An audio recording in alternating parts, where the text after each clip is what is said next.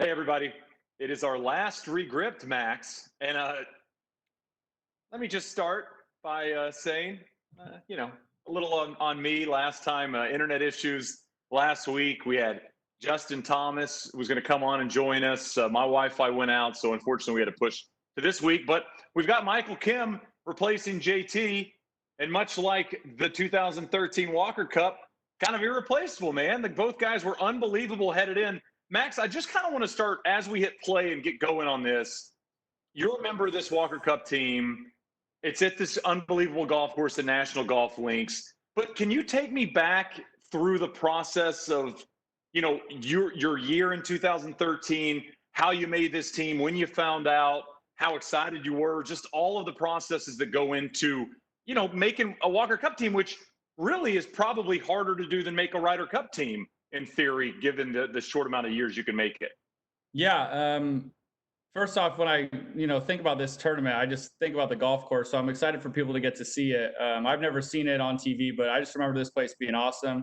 But yeah, making the team is an interesting process. Obviously, a lot of it has to do with your amateur career. That's what it's built upon. But it's also we're playing college season throughout that year too, so that stuff matters as well. I remember I didn't really know how the process was going to go, but I heard that there was like a 16 team practice squad they put together like months in advance to get to know all the guys and have us all play some golf. I knew Michael Kim was going to be on that team, as he was about to be the player of the year in college. I wasn't sure if I'd be on that, and then I got the phone call saying I was super stoked, and then it started to become very real that like I might be able to make this team. Became the number one goal for the rest of my amateur career. Fortunate enough to make it. We got there's 10 guys on the team, and we had the two mid-ams getting picked, so that took two spots away from like essentially two spots away from the people in college, the people I played the most golf against. And yeah, they did it in spurts. They picked five early, like a month out, and then they picked the rest like right after the U.S. Amateur. Fortunately, myself, Michael Kim, JT, Corey Whitsett, and Patrick Rogers all got picked that month before, which was really cool.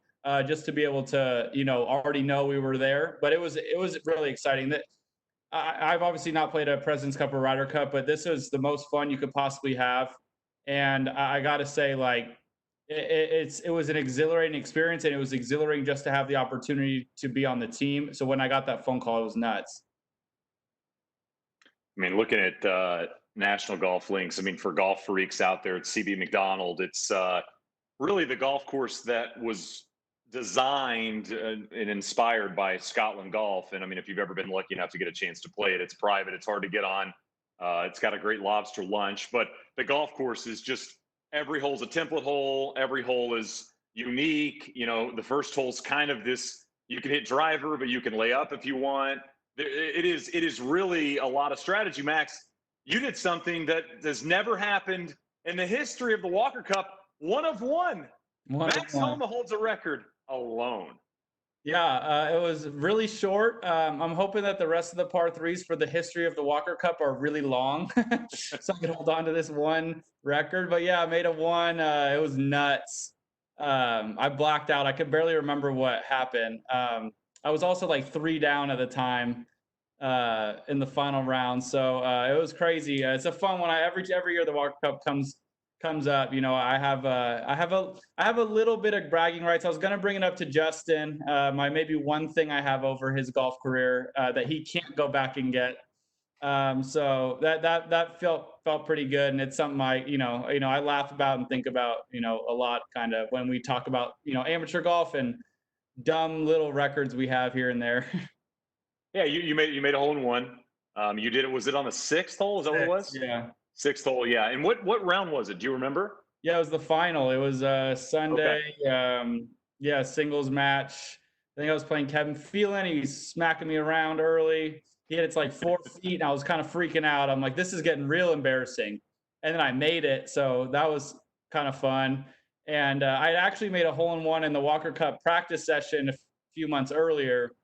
I don't know. My ball liked the Walker Cup a lot. Like, it liked going in the hole. So yeah, That was fun. I have to ask, are we watching just the first round or are we watching the final round? No, it's like a cut up of a whole bunch of different ones. Sick. Yeah, All right. so- I don't think any of us have ever seen this. I'll ask Michael when he gets in here, but I've never seen any of this. Yeah, really. I mean, just like a little in and out of our team, we had two of the best mid-ams I've ever played with. Nathan Smith is going to be a Walker Cup captain at some point.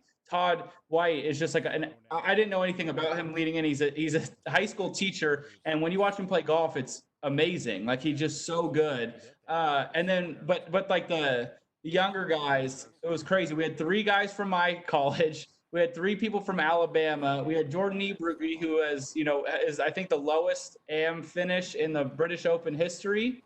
I think, is that right? Something like that. Yeah. And then who am I missing? Oh, and Patrick Rogers, who had already played on a Walker Cup. He was like our leader, 2011. basically. And, obviously has gone on to have an awesome career. So when you think about when we got there, I'm not going to lie. Well, I didn't know much about the European team, obviously. Like it's hard to know about GB&I. It's not like we're traveling around with a lot of them. When I saw our team and we would play these practice rounds, I was like, there is just no way we're losing this thing. And at the time, America hadn't won a big golf team event in a while, and we kind of felt like we were going to be the ones to start a new trend. You hadn't won a Ryder Cup in a bit. I don't think we'd won a Solheim Cup in a bit, and hadn't won a Curtis Cup. So it was fun to get this squad together because we all were good buddies, and we were just playing great.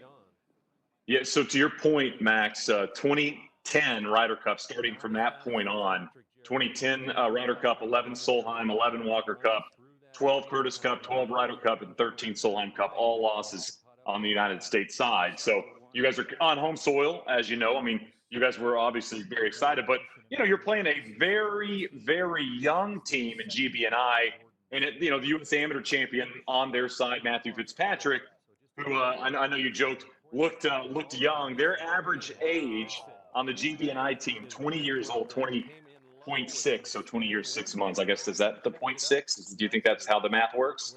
It would probably be a little more than. No, you're probably right. No, 0.6. Or is that? Do you think that's? Like 7 months? Okay, and then you guys were bumped up average age-wise because of, you said, the mid-ams. You guys were about 25 years average age. Top-ranked player, Michael Kim, second in the world at the time. They had.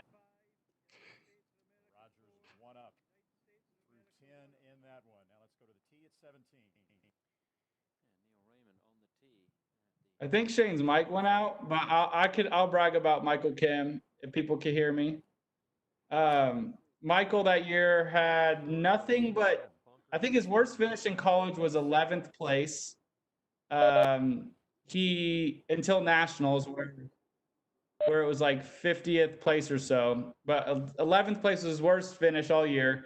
I was begging to be able to be his alternate shot partner because he doesn't miss any fairways ever, and I miss a lot of them. So playing right in the dead middle of the fairway all the time was sweet.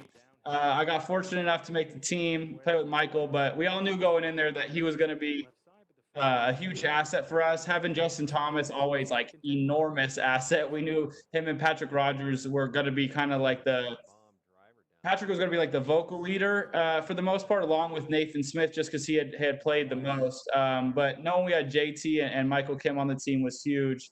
And it was just, it's fun. It's fun when you watch great golf, and it was fun to be around a group of people that was playing a lot of great golf. And I fortunately got to watch it up close every day with Michael, and then get to play with him as my partner in the actual thing was cool. And I felt very lucky. It's quite easy to play with Michael. He makes golf look pretty simple.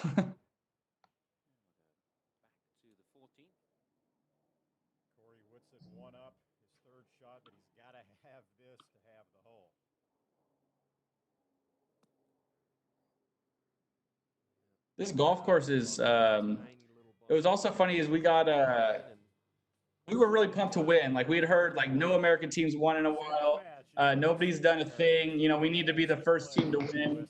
And then we get to a golf course that's in America. We think we got the advantage, and it's like straight up link style. Not exactly ideal for a bunch of Americans. So that was kind of intimidating, but once we all started playing, figure out the golf course, it all kind of, all his history after that. I think we're going to bring Michael Kim in. I don't think Shane's mic's working, so it's a perfect time to bring Michael in, if they can do so.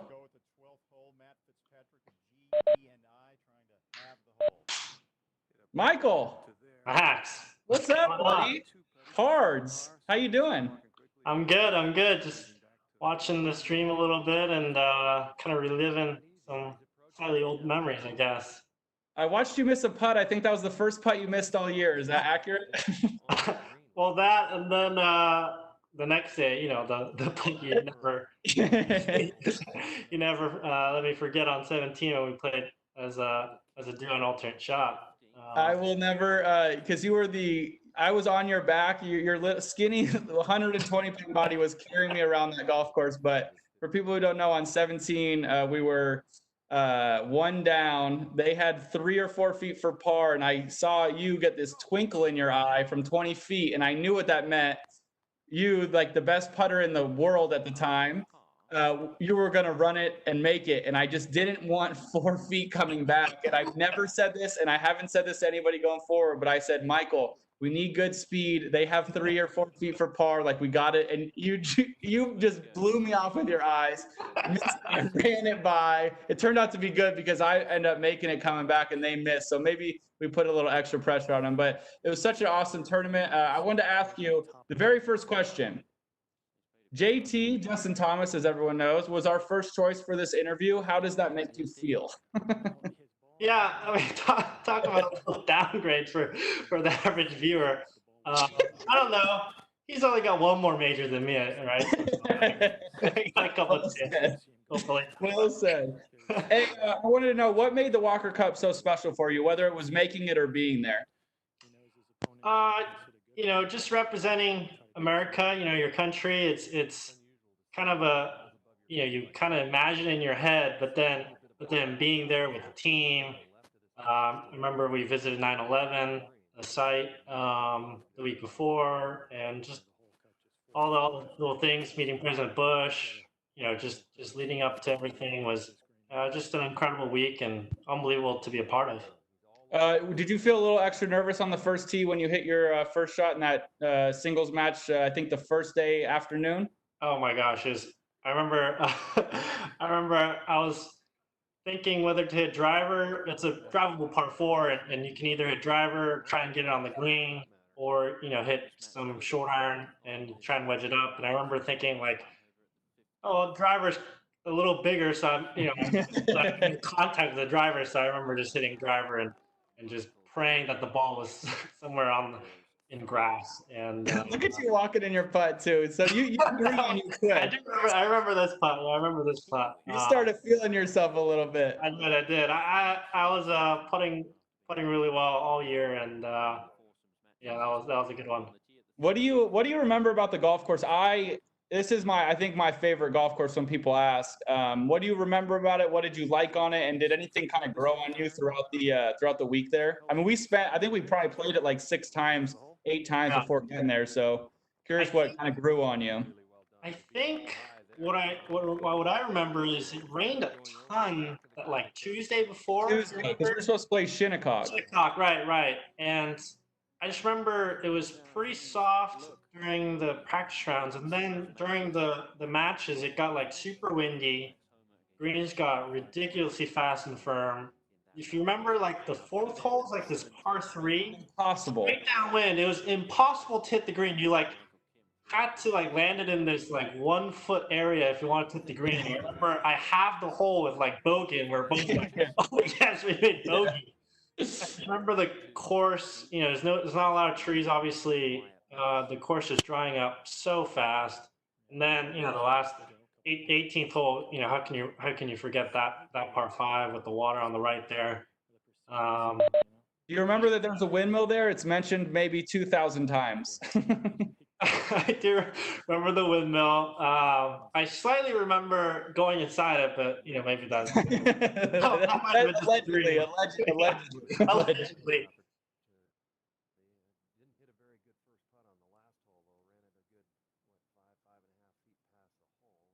All right, well, we're going to take a quick break. I think we might have a new guest. His name may or may not rhyme with rain smakin'. So Michael, you stay here. We'll keep asking questions, but we're going to take a quick break and bring the hostess with the mostest back on in.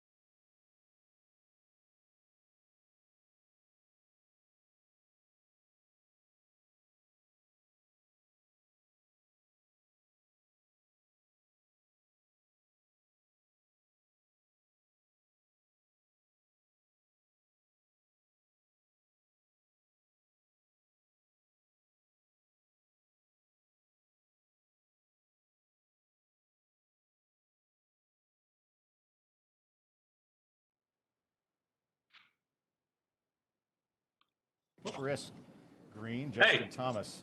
Hey, Putt Works. for Max, par. how are you guys? All square with Corey Woodson. you missed a lot of Michael Kim just walking in putts. I saw it. I saw him walk it in. Just dripping swag. How, Max, This filled out. Max, how good was Michael Kim in 2013? Like frustrating type good. Like he played his worst round of the year. You played your worst round of the year, Michael, at Southern Highlands first round. And it just was like, obviously we all want everybody to win every week and we want everybody to play good every week because it means that, you know, my team will win too. But when he played bad, I was just like, okay, everyone's human. And he ended up winning the tournament because he shot like 63 the next day. I couldn't believe it. It was so, I remember that week, Justin Thomas teed off right before me with Michael. And he said, you want to have a little bet? We'll do over under on Michael Kim's fairways hit for the day.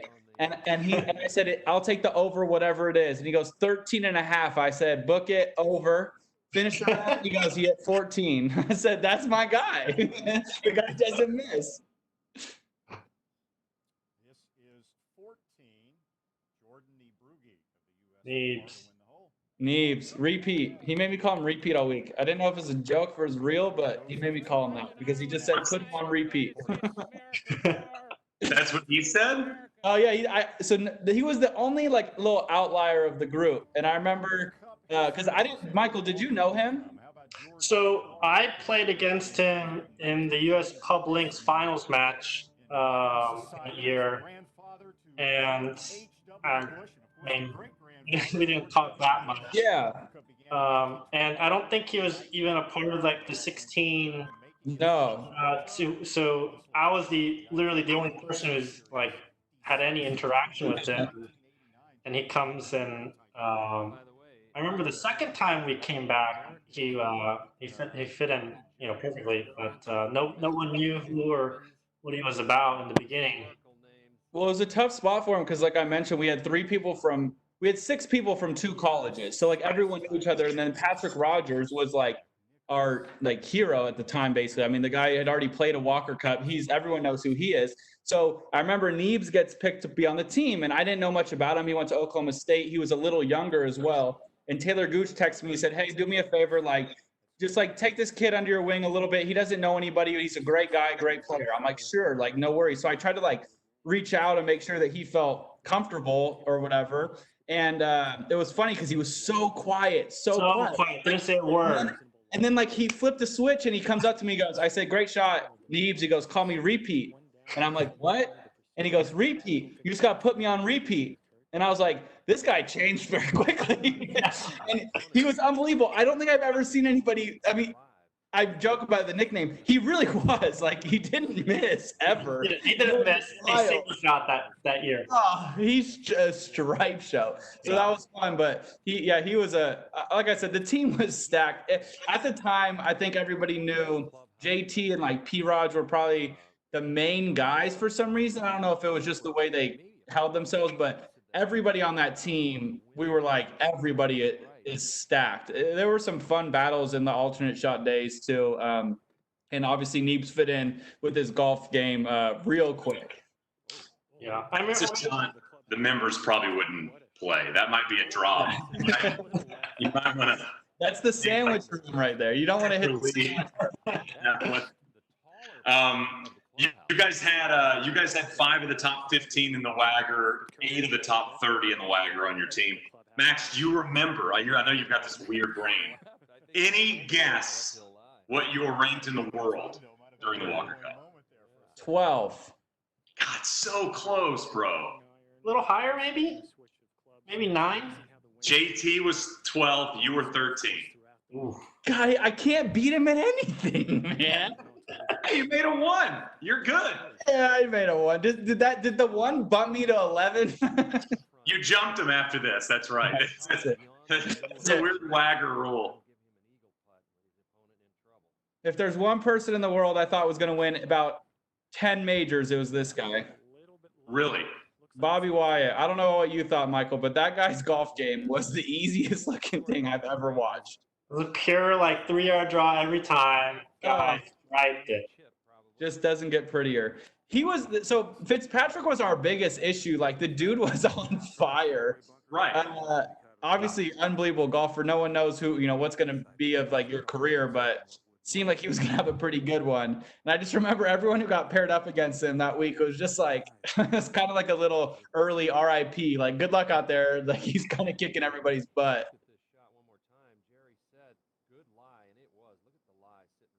Michael, I was going to ask you, being such the highest ranked player on the team, obviously, all the accomplishments that Max has already mentioned. When you get into things like this, so you're in the team room, week of, you've got this amateur player that's the only guy in the world ranked above you. Are you at all nudging captain going, I want Fitzpatrick, I'd like a chance at him, or is it all just kind of how he picks the teams and the matchups and such?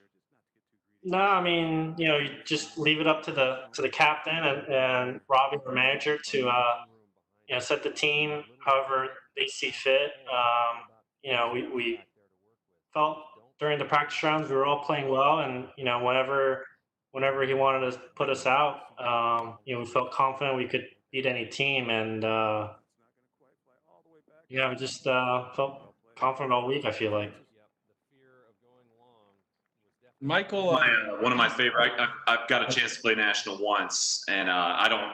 Michael, you don't know this. Max does. I don't always hit the driver super straight, and printed on the scorecard on the back, no out of bounds. Big fan. Was a big fan of no out of bounds. Printed on the card.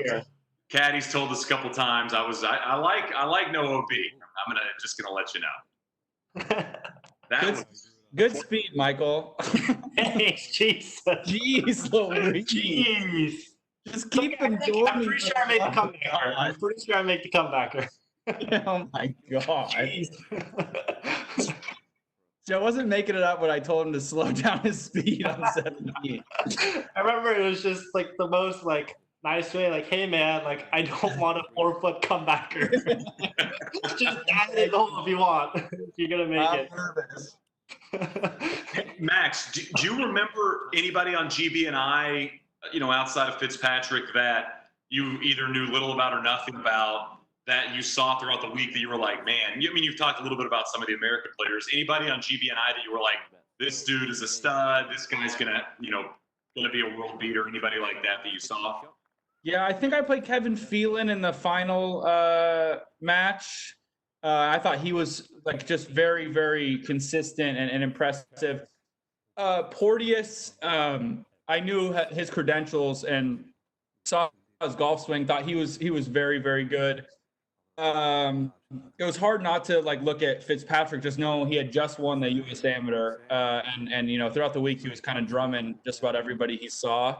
But honestly, it was one of those weird weeks. I loved our team. We were really into doing our absolute best. I'm playing with I think the best player in the world at the amateur golf world. Whether he was ranked 2 or 1, I didn't really care. So it was kind of easier for me to get wrapped up in our team than theirs. So I just remember not looking around a whole lot that week, which is quite rare for me. But it was one of those weeks where I just felt like if we did our thing, we were going to be all right.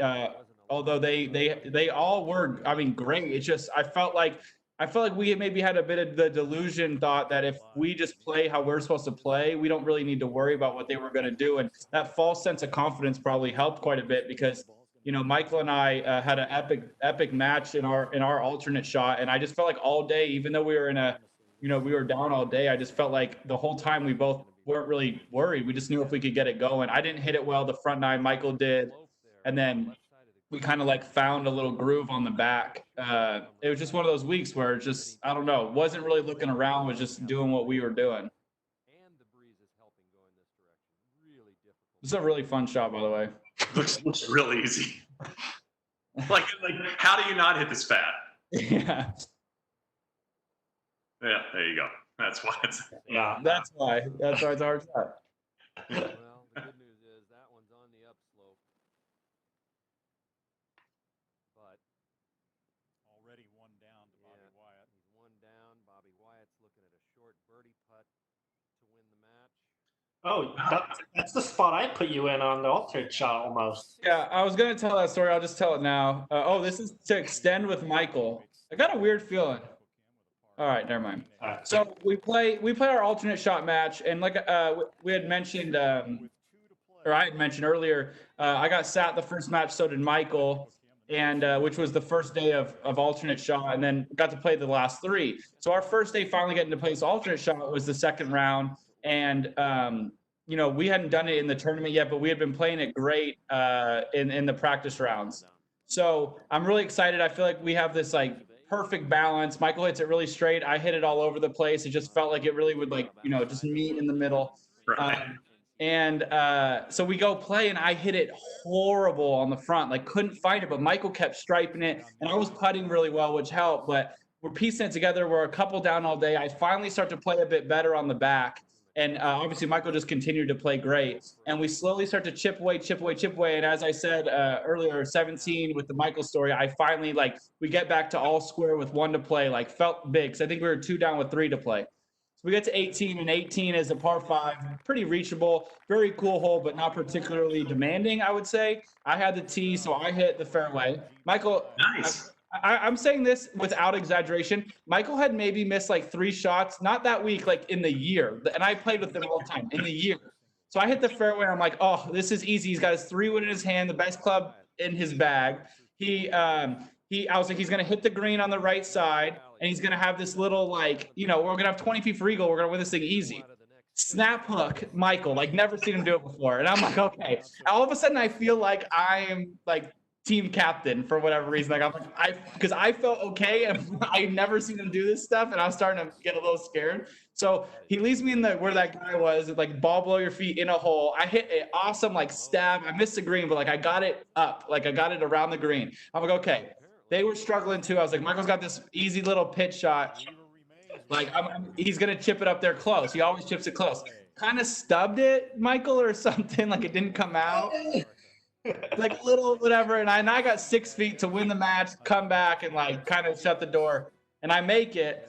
And like flashback, like maybe 4 months earlier, Michael Kim and I were playing in a college tournament together at Pasta Tiempo, and we had one of the bigger comebacks that I've ever been a part of. And when Michael makes eagle on number 9, and I put my hand out for a high 5, and he was so amped, he hit my hand so hard I thought he broke it. And I told him that one day I'm getting you back. One day I'm getting you back with a high 5. And I remember at that moment, the ball went in, he put his hand out, and I beat the hell out of it. I remember I was like, at the last thing I was like, oh, Like the internet slap videos. You just want Yeah, it's internet slap video. But yeah, it was fun. I don't know what you remember about that day, Michael, but that was one of the most fun days of golf I've ever had. yeah. I mean, with the 3-wood, it was like 250, like into the wind from the right, and I was like, do I hit hybrid just in front of the green, or do I like get aggressive? And feeling good, you know, we got the momentum, and I just kind of underplayed the adrenaline, the rush, you know, the extra speed, and it went like 20 yards farther than I've ever hit the 3-wood. And like, we're walking up, and we're like, okay, where's my golf ball? Where's my golf ball? Where's my golf ball? Where's the golf ball? Where's the golf ball? And I get to the back of the green. I'm pretty sure I got there first. I was like, oh no. It's like this downhill, the bunker, like, but not in the bunker. And the pin's like tucked, like he had no choice but to try and hit it like into the bank. And I was like, oh my God, I just don't want to look. And you hit like a really good shot to like leave me where I was, I remember. Yeah, I don't remember what they were doing, but they must have been playing that hole really poorly for us to always feel like we were in command. Because when I look back on it, we were never in a good spot. Just like, hitting the egg all day. Yeah. Yeah, that hole took a long time. Hey, Michael, I wanted to bring this up with you because I've talked to Max about this a decent amount over the last few months. You know, the Walker Cup week, we do the Walker Cup when it's on, you know, domestic soil for Fox. You know, we were at LACC. I don't think I ever realized how big of an event it is. You know, I know it's a big amateur event. I didn't realize how big it was. I mean, this is a huge thing. You know, presidents get involved. I know you guys got a chance to. I think you guys met George H.W. Bush or George W. Bush during it. Can you just bring up some of the stuff that happened maybe during the week that was the Walker Cup that maybe you had no idea was going to happen, or that you still remember to this day? Yeah, I mean, like you said, I mean, we had a we had a luncheon with President Bush, um, and we even played a few holes with him. He briefly shared the story of what he went through during 9/11. Cool. That was the best thing I've ever been a part of. Yeah, I mean, that just seeing a past president of the United States come and share time with a bunch of college guys basically was special, and just the people that showed up too for just a small group of amateur players is was just all of it was a pretty cool feeling. It's also just a lot of people. I did not realize how many people were going to come out. Okay. Like, this was shocking. I was like, we're in the Hamptons. We're full. And, we have like 20,000 people here. I always found it cool because the spectators can get so close to the players too. I mean, after you hit the shot, it can come, right up to you. Yeah, that's a good point. Kimchi, you were so skinny. I think I legitimately weighed like 135, 140. Oh my god. Yeah. How far did you hit it when you were like at this point in your life? Would you hit it still pretty deep? No, I God, never no. hit it deep in my life. I probably carried it like 255, 260 with the driver. Wow, this is a little guy to win the match. Yeah. Like, I didn't see my. It did not feel short at all. That's so cool. Very nice. Yeah, that's why Michael and I were a good team, because I'm typically a good iron player, and I didn't care if we had a 5-iron, a 4-iron, or a Right. 6 or like a wedge. I was like, I'm good with this. Put me in the fairway, coach. Like, I'm ready to go. I mean, did you guys know? I missed y'all's conversation earlier, so forgive me if I'm bringing something up. But did you guys know y'all were going to play together? I mean, did you guys go into the week, saying we want to be paired up? We love playing together. Yeah, I think first time I ever talked to the captain once I made the team, I told him I wanted to play with Michael. I said we'd be a really good team. I had mentioned like we always used to room together in college on the road, so we were very, very close. And then I just told him his game would blend with my game, because I told him that I was like, I don't know how many people, because I mean Michael did hit it short at the time, and I was like, I don't care about that. Like, I like hitting my long irons, like just do it, let me do that part if that's the worry. And I also knew Michael was the best player on the team, so I was like, also like, I'm hedging myself here, so if I play bad, I got this guy on my side. But yeah, we had mentioned we had played a bunch of practice round matches, and if my memory serves, I thought Michael and I were usually like the top 2 teams, so I think that we had shown we were a good mix together. Oh, let's listen. Can we listen? Get out here and make a statement. Yeah, I was really anxious on that first hole. When everybody's teeing off and getting that first tee nerves. I was but waiting my chance though. Captain didn't put me out, but that's fine. And I just wanted to get ready for the afternoon matches, and I got off to a pretty good start. All square making the turn. What change as you won 3 in a row to sort of take charge? Mm-hmm. Like that front 9, the winds. That every single hole is into the wind. And it's pretty hard. And the back 9, I got into a rhythm and started making some putts and started making some birdies, and just kept the momentum going. You wanted to be on this team very badly. What does it mean to finally get here and win a point for the USA? Yeah, our team has been waiting for the matches to start since basically since we got here. And to contribute to Team USA is it's an honor, and it's a great feeling. Well done, Michael. Appreciate the time. Thank you. Stone cold, Michael. All Highlights. Go through some highlights here. Jesus. Wow, you hit that. No wonder there's a flag up there. I see something on my screen. This was that stretch where he really put it on his opponent. Oh, so classy. This is my favorite one. The big walk-in. What was Michael's best part of his game? And this is 17 for the par. Goes out the window. The Jack Nicklaus Award winner, the Fred Haskins Award winner, as the National Collegiate Player of the Year. Pretty awesome. How was your caddy that week? It was good. We had It was local great. caddies, yeah. He was great. Yeah, we all had local caddies, and my guy was amazing.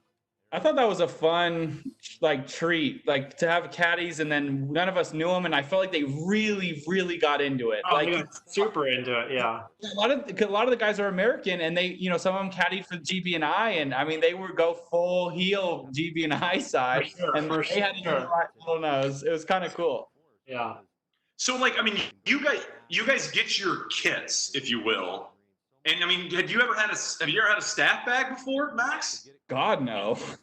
So, I mean, this had to have been. I mean, I always think, Tiger Woods, when Tiger signed his big contract with Nike and he turned pro, he said the best part about it wasn't the $30 million or whatever. He said the part that he found the coolest was there was a huge duffel bag of all this Nike stuff in his locker at that first event. I mean, us as athletes, or y'all as athletes, people as athletes, love gear. I'm assuming you felt the same way. I'm assuming the gear, you were like, this is awesome. It was pretty sick. I don't know about it was cool for me. I was one of the oldest ones, so I was about to turn pro, and it was all Polo RLX, and I couldn't wear it after. So, I mean, like, I was a little bit jealous and hoping that, like, it was a lot of cool stuff, don't get me wrong, but if it could have come the year prior where I could have looked like the coolest guy out there for, like, a season, it would have been nice. I was kind of stuck with, like, a lot of stuff. It's like getting an AJGA talent going to college. Yeah, you got to cut it off. How good was this shot? Yeah, this is pretty decent. I also remember one of the cooler things we got was we had the American flag on our golf ball. Which is really cool. And the shoe, we got shoes with them, the eagle and the American flag was cool. And they really do a great job of making you feel like this is a big deal. Like, we're a bunch of punk kids. Like, some of us, I think, could grasp it. Some just are playing a tournament. You feel it real quick. For sure. My whole team just makes 12-footers and fist bumps. Well, you know what? Let's give Robbie Zelznick a shout out. I know I've already seen him a couple times on the. What is he? Is he? What is he? Is he the? He's not a consistent captain. He's like a manager. Is that what they're? Manager, yeah. Manager, and he's been doing it for a number of years, and he's kind of the guy that gets all the gear. So when you see the sharp stuff, he's the guy that's out there doing it. That's a great shot. Shane, did you know there's a windmill at this course? I haven't seen it yet. Are they going to show it more or no? They'll show it a couple more times. It's like the talk of the town. I mean, that's a lot of people. Dude, it was so one of my like favorite parts, like stories from this week personally, is this day when we went out. Like I said, Michael and I had watched all morning. You're kind of getting really built up, like, because you're ready to go. Like, let me go play somebody. I get the nod that I'm going to go play the one of the indie matches in the afternoon. I'm going to be like second off or something, and I'm hyped. And I go and have the best warm up to this day I've ever had in my life. My coach was out there, and we just kept looking at each other like, this poor kid is screwed. Like, I could not miss. And we get that's how I felt. And we get up to number one, and I didn't hit a particularly good drive. I was just a little nervous. And I hit, to 20 feet, made par, and the guy had maybe 18 feet and made birdie. And the whole time I'm thinking, my family's here. We're in America, like it's a big America heavy thing. And when he made his putt, the crowd went nuts of GB&I fans, which rightfully so. There were a bunch of them, but I didn't anticipate it. And it rocked. It like rocked through like the first hole. And I just remember it snapped me into like this ain't happening. Like, I was not ready for people to be cheering for anybody else but me. Like, this is not happening anymore.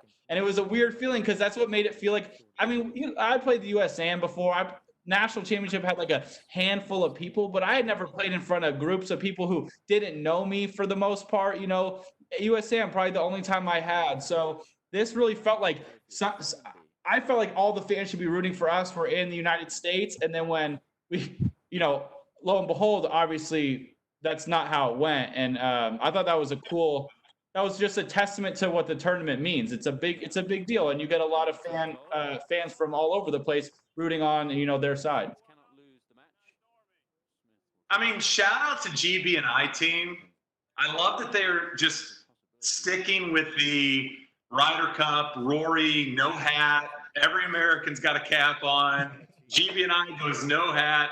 You don't even need team colors in these events. We know which team's which by just basically the headgear or no headgear.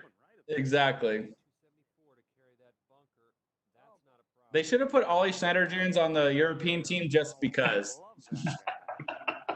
How'd you get on the team? I just looked the part. I got a good mop, man.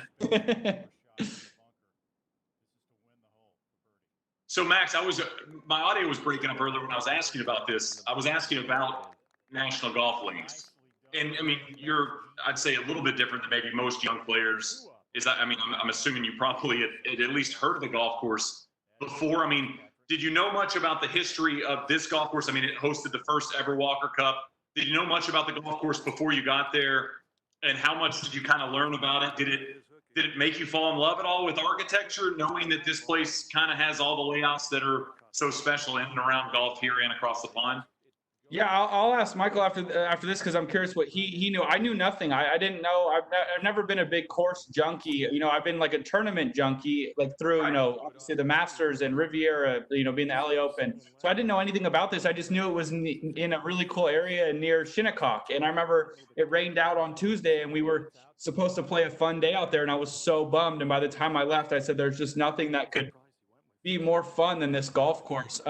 I would say that I didn't know anything about architecture. I do think that when I look back and I read, woke golf Twitter, how they talk about architecture all the time, I do use a lot of what I saw this week as like an understanding of what they're talking about, because this does have it all. You have not a lot of rough, tons of runoffs. Angles mean a lot. The wind every day at this golf course switches almost, to the minute at like 12:30. It'll go, like Michael said in his interview that he did so well on in a minute ago.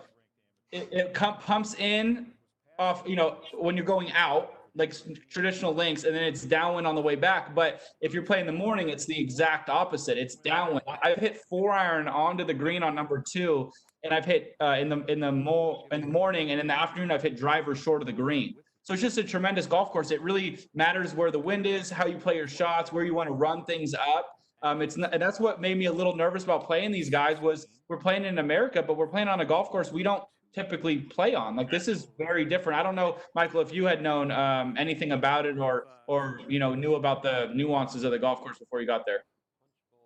No, I mean, I didn't know too much. I do remember I was lucky enough, I called Ricky Fowler because he had played there before, and he kind of helped me go through the golf course a little bit before I got there. But it was just, it was totally different than, what Max and I were used to coming from Southern California. I'd never really even played links golf, let alone, the heavy wind that we got that was during those matches. So it was totally new to me. And, I just remember the first green was just like nothing that I had ever seen before. There's like 30 tiny little mounds that they could put pin locations on right on, and I was like, usually when you go to a golf course, you kind of know, okay, they're probably going to put the pin here, they're going to put the pin here, but at this place, you really didn't know, how the setup was going to be.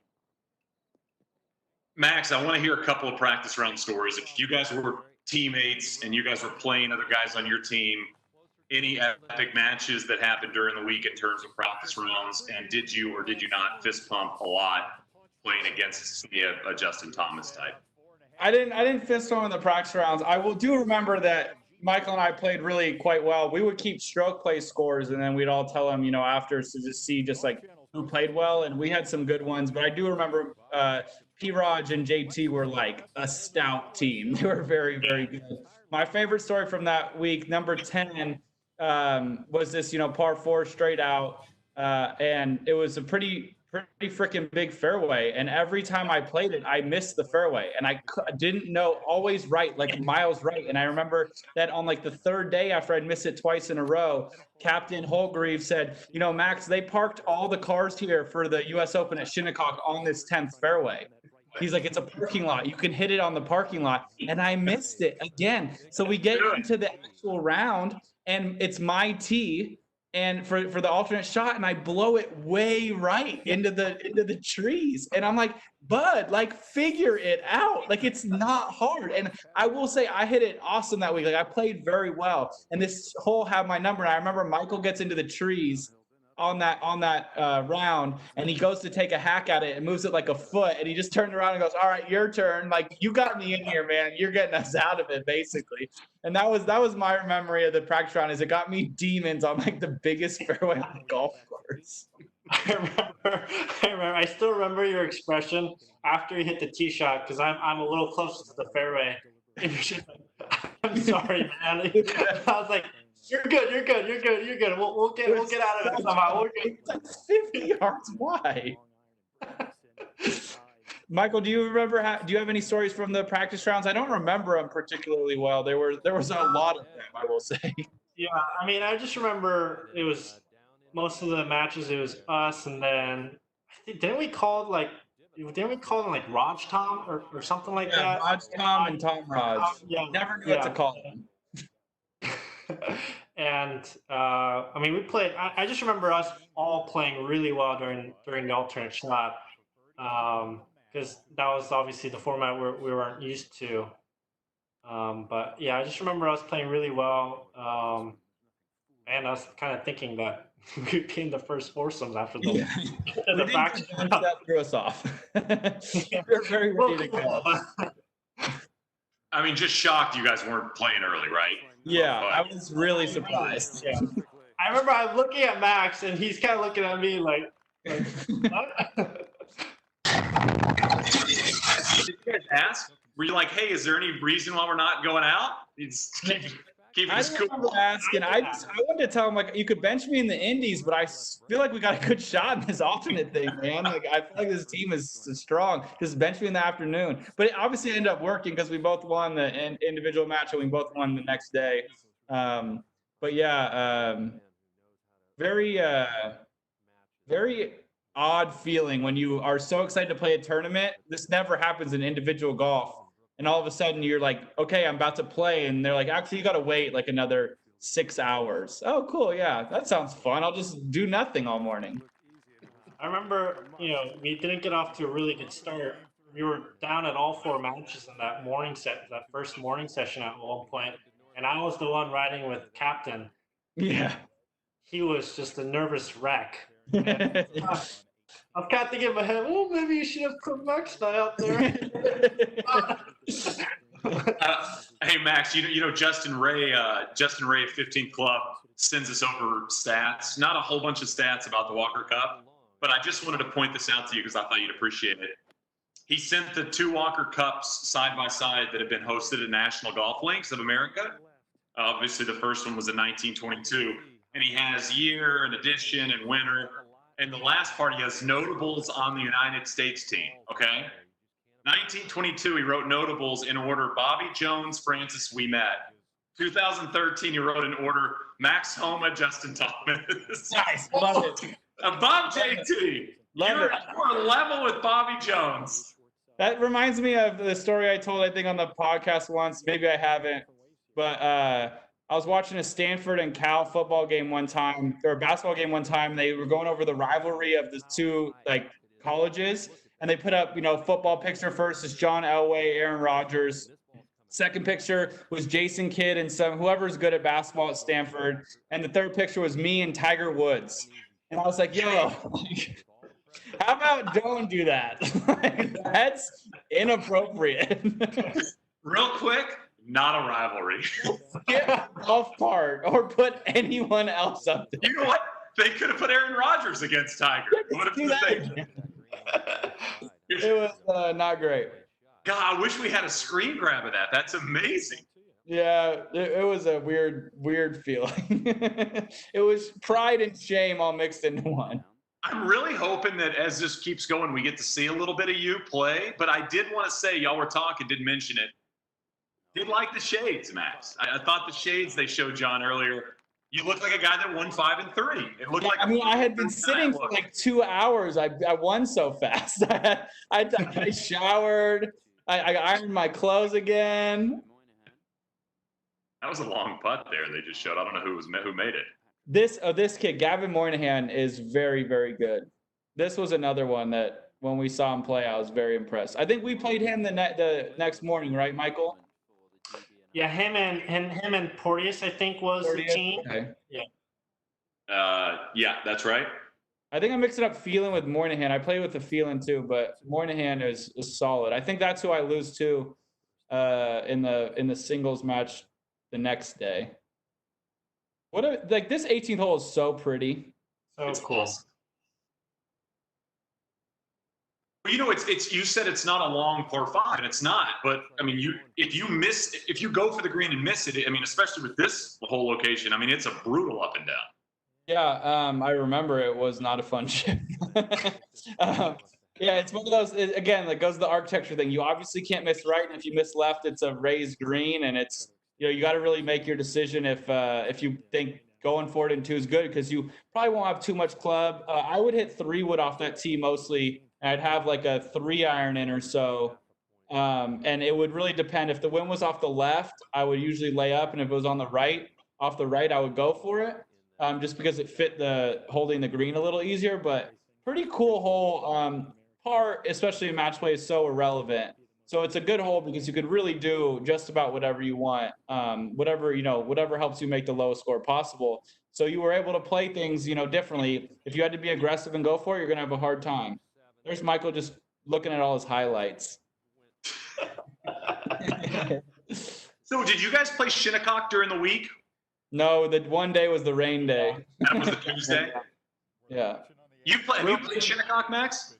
No, I haven't. Michael, did you play that U.S. Open? No, I did not. I did not. One of my dorky favorite golf games is you're in a car. What's the best 36 holes you can play in one day?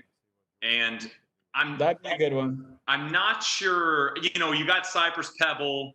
You get these two. You can throw Pine Valley Marion in there. This is a tough 1-2 punch, though.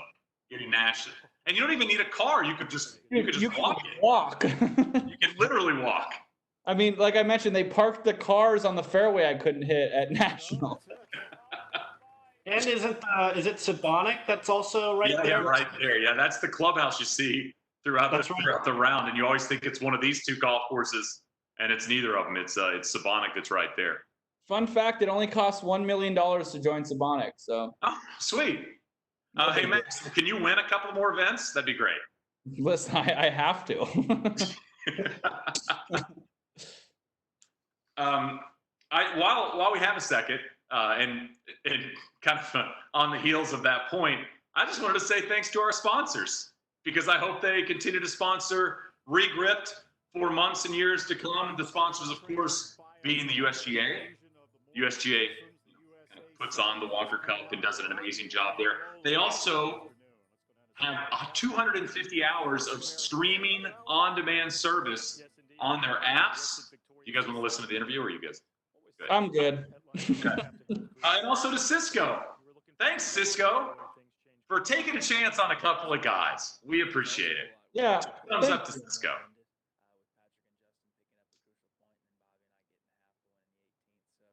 I guess now. I believe they're showing singles, then it goes into teams, and then it'll go to the last round. So Okay. I'm wondering if we get a chance to see you 2 teamed up. God, I hope so. We might have been early again. Oh, you guys went out early, huh? You guys. I don't remember.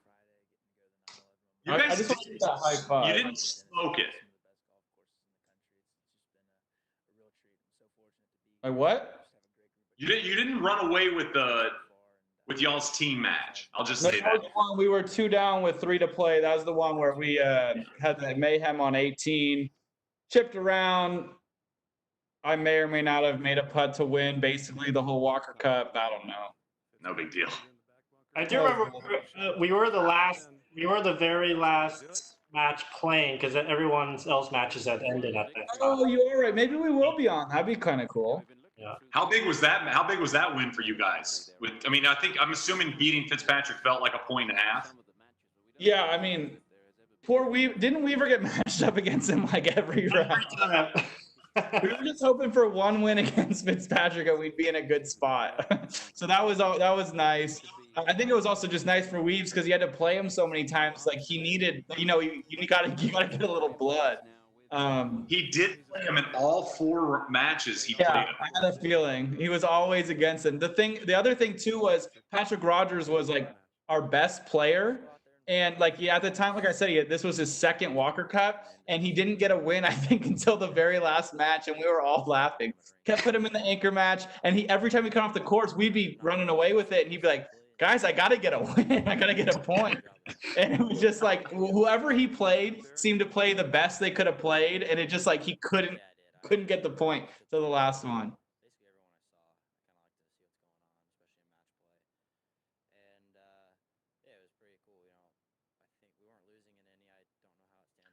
You've talked a little bit, Max, about Michael's size. I had a few people on Twitter comment that it looks like JT has put on a little bit of size since Walker Cup days. I mean, I don't think he's packed on like 30 pounds, but maybe a little bit of muscle. But did he still pound it back then? Did he still hit it forever, even though he was probably 140 soaking wet? Yeah, I would say like when you see him swing now, it's obviously really fast and like, his feet are coming off the ground. But when you see a little guy do it, it looks even more wild. Feet flying, the club shaft is as thick as he is. He's swinging at like 120 miles an hour. But yeah, he bombed it. He was, I don't know. The first time I ever saw him play, I was like, this kid's special. And then getting to spend like a whole week with him, you could just tell he was going to be good. He hit it far, he hit it high with his irons. He had a great short game. What a lot of people don't know is he hurt his back this week, like right before we played. He was worried he wasn't going to be able to go. And we were all, that was like one of those things. It's like, man, this feels like the only reason we wouldn't win is if like people start not being able to play. Fortunately, he got it out. But yeah, that was, he's always, the guy is right now is who you see now. Same like type of skill set. Oh my goodness, how good is this shot? This is a repeat. The dude doesn't miss iron. No, it's wild. He's just a machine. He literally that's a blind second shot right up to that flag. Yeah. Here's Skinny Bones Jones. Max, Grace Mark asked, who's had the best glow up since this? So I was thinking this the other day. I think it was JT. I think he actually started to grow more hair after this thing. He got considerably less bald. Career hair growth? He's like Benjamin Button. When we played this tournament, he looked like he was 38, and now he looks like he's 27. Michael, we got a question from Mike 24555. Is that your brother? 2 mics. You never so many numbers, man. It's like all the numbers. He asked, can you speak on course conditions because the place looks unreal? If you remember back then how it was playing, and it seems like a kind of place that is supposed to play, as the woke Twitter likes to say, firm and fast. But how were conditions during the week? Oh, it was weird because that Tuesday it rained nonstop for a day or a day and a half, and it was super wet probably right until the matches started, and it was a big adjustment during those first 9 holes because I had thought, I can kind of get aggressive, shoot at pins, kind of how I normally played. And then all of a sudden this course just turned a switch and it got super firm and fast. I was talking to Max about like the 4th hole earlier. Like it was literally impossible to hit that green. It was a par 3 with the green. It was front to back and it was straight downwind. And I think maybe it was like 180 yards, and I hit 8-iron back. I hit 8-iron like 155 yards, 150 yards back then, and I still went over the green. It just turned the switch on. It was crazy how different the course conditions were. I just want to point out, because like I know people, the reason people watch this, especially with Michael being here, we get 2 tour players, and like you get the insight that people don't really know or think of. So I just wanted to point out to the people who are new at this game, this spot isn't good. This is not what we like to do. the 14 in, or the 40-inch heather grass, never good. I mean, so this bunker, that bank is the bank that Max had to try and bump it into to try and chip it on the green. I'm disagreeing, but I kept my pride. There was an old Lee Trevino line at an Open years ago when the rough was like that. If you missed the fairway, he had a caddy named Herman, and they asked how the hay was during the round, and he goes, "Well, I hit my ball in the hay at one point. We found my ball, but we lost Herman." And I'm a little like that. A little bit like that over there. You don't want to be over there right on 18. I'm a fan. Yeah. I love this hole. I think 17 is such a cool par 4. I mean, it's not some monster par 4, but it's just one of those holes where it's all about placing it in the right spot, right? Yeah, it's like a sleeper. If you go too far right off the tee in the fairway, you can't see the green. And if you take it up the very left where there's a little trouble, you can see the green. It also depends where the wind is, because if the wind's downwind, you need to be up the left no matter what, or else you're not going to stop a golf ball before the back bunker. But if it's into the wind, you could kind of play right, even though it'll be blind. But then at least you can, spin the ball. It's not as penal, but really that's why this golf course means so much to me, and why I love it so much.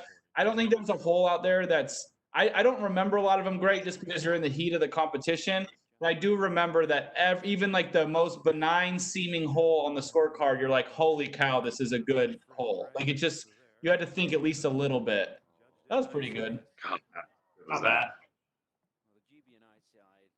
I mean, guys, we all only have one less major than this guy. It's not that bad. Just one less. Just one. Combined as a group. As a group, or also individually.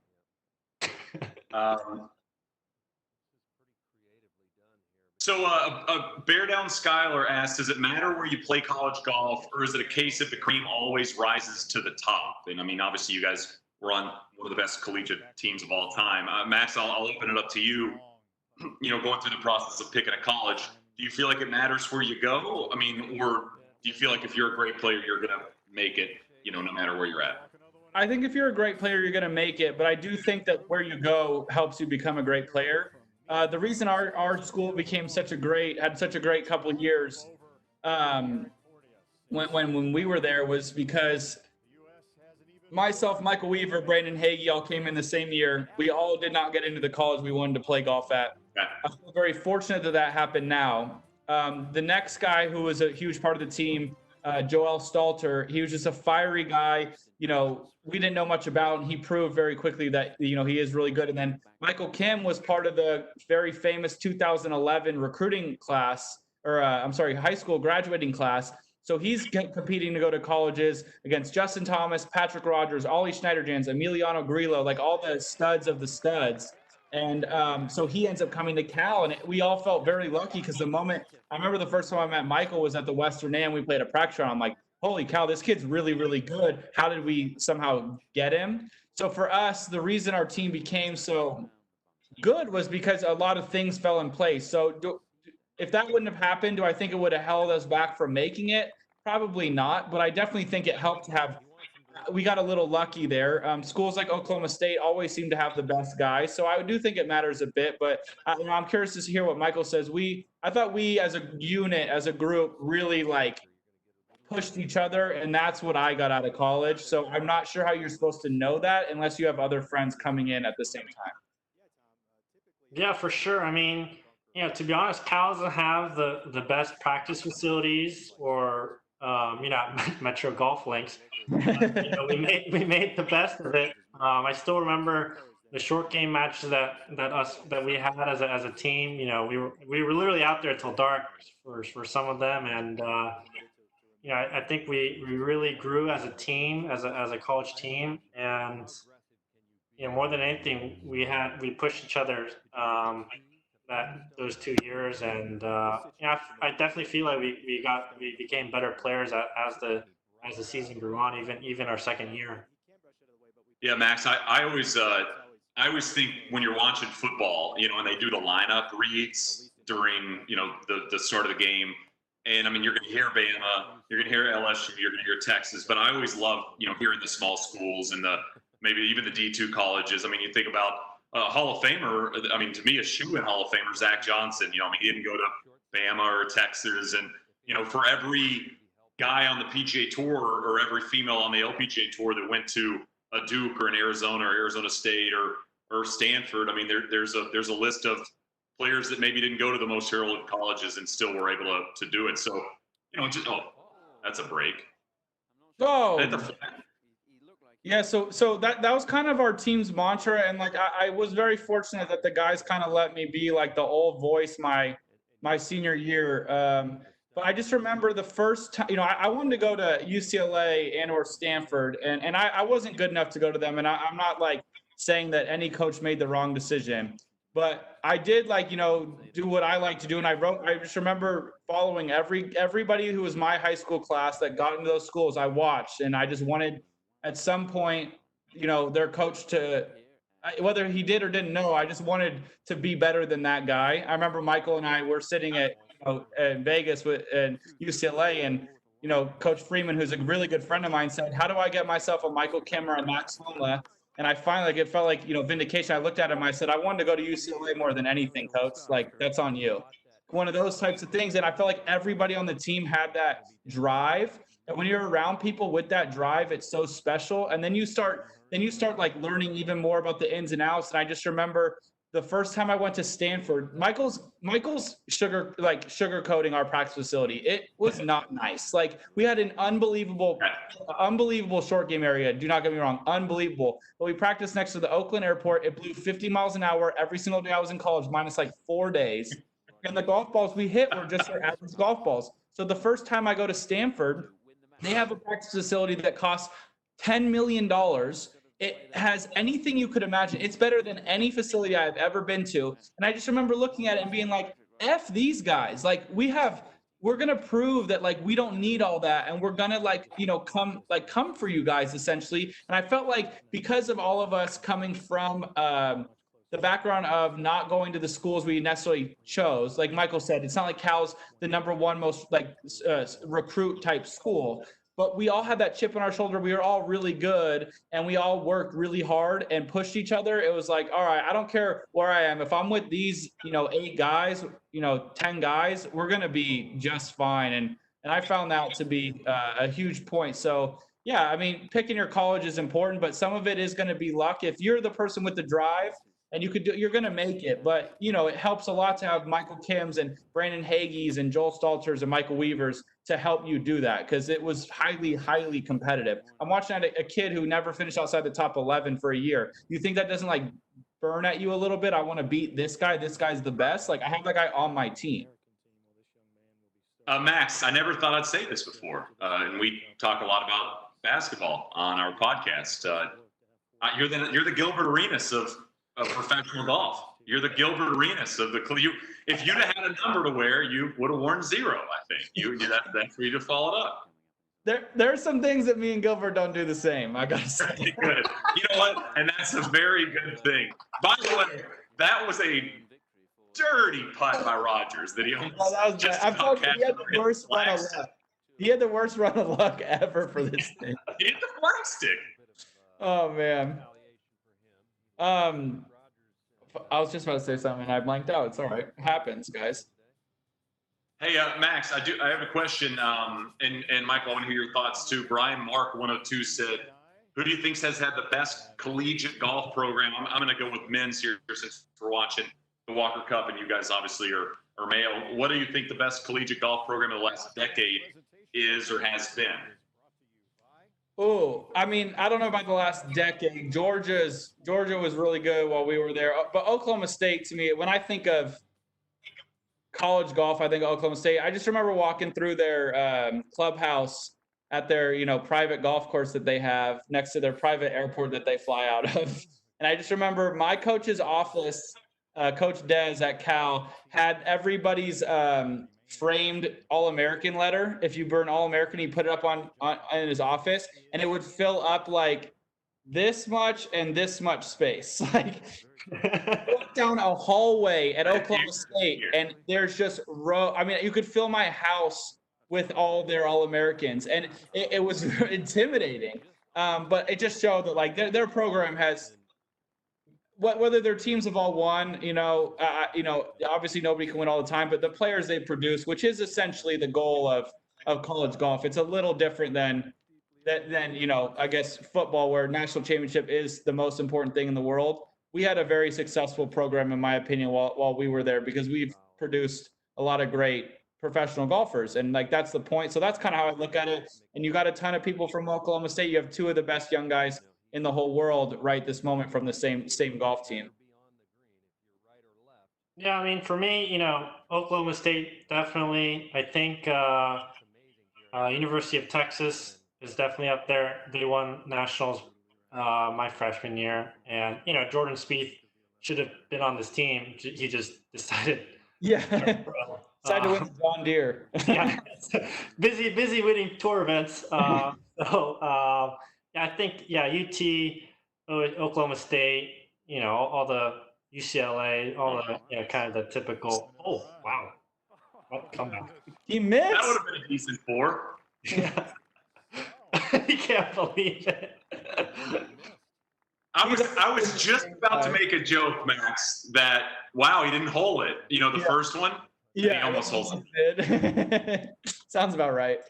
Michael, we talk a decent amount on the podcast about Justin Thomas's weird ability to hole out all the time with every club at every tournament.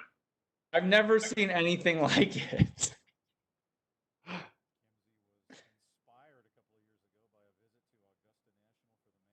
Michael, speaking of the John Deere, obviously you're a past champion. Pretty bummed to hear. Obviously, just got canceled. Yeah. It is what it is. It's whatever the safety officials decide upon, we have to follow, and it's disappointing, but hopefully we can go there the year after, and it'll be even sweeter. Can you brag to everybody real quick? How many did you win by to win your first ever tour event? I actually looked it up yesterday. I won by 8. I shot 27 under.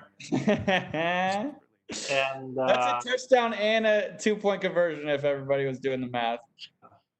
And my claim to fame that week is that for strokes gained putting, I went 13.5 over the field strokes gained. What? It's kind of a nerdy number, but that was pretty.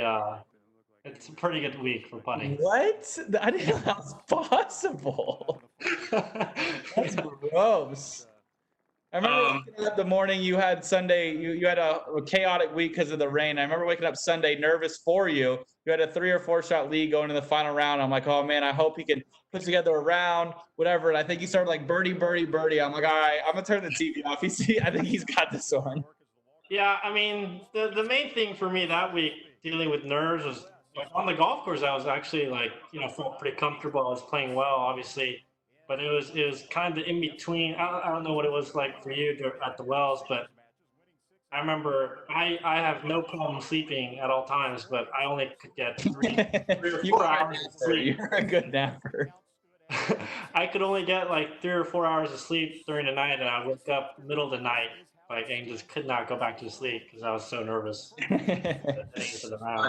Little trivia for you guys. You guys have something. You guys have something in common with your 2 PGA Tour victories. Do you know what the thing is that you have in common is? We both made more than 5 birdies. Well, you know what? I'll check that. I think Michael did. I'm almost positive. The same guy finished runner-up to the both of you. Joel Damon? Oh, Damon. Joel Damon. That's true. That's interesting. God sucks. You had 4 people finish runner-up, Michael, but when you won by a couple, including Molinari and Sam Ryder, but Joel was one of them. Hey, Michael, do you mind talking, since we're in 2013 and we've discussed, where you are in the world in the Wagger and how great you played? And again, if you guys talked about this when the audio was out, I apologize, but can you talk about the U.S. Open? We did the 2013 U.S. Open. Can you just talk about the week? Because obviously you had this unreal week at Marion.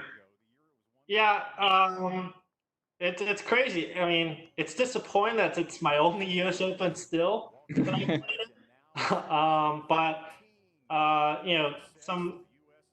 Some memories is how much it rained the week of. The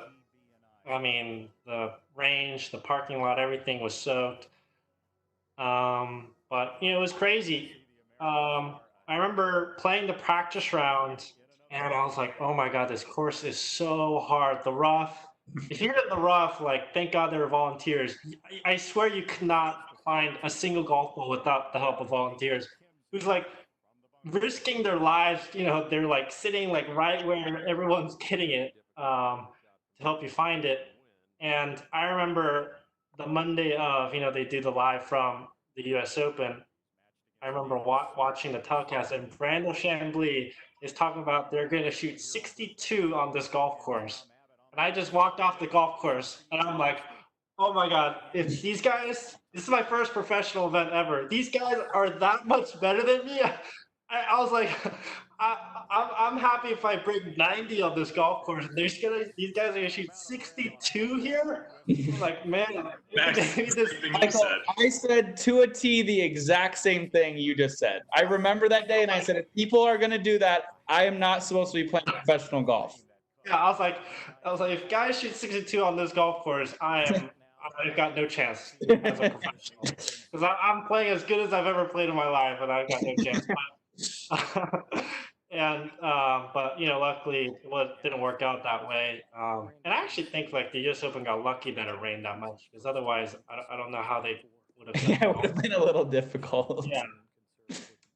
And then that Saturday, obviously, I think I got within 2 after 15 of Luke Donald or something like that, what I remember. But yeah, just a super surreal moment. Yeah, after Friday, I shared this with Max, I think on Twitter. If I had finished one shot better after the cut on Friday, I would have been paired with Rory and Tiger on Saturday. I'm actually really glad that didn't happen, because I would have been, I don't know.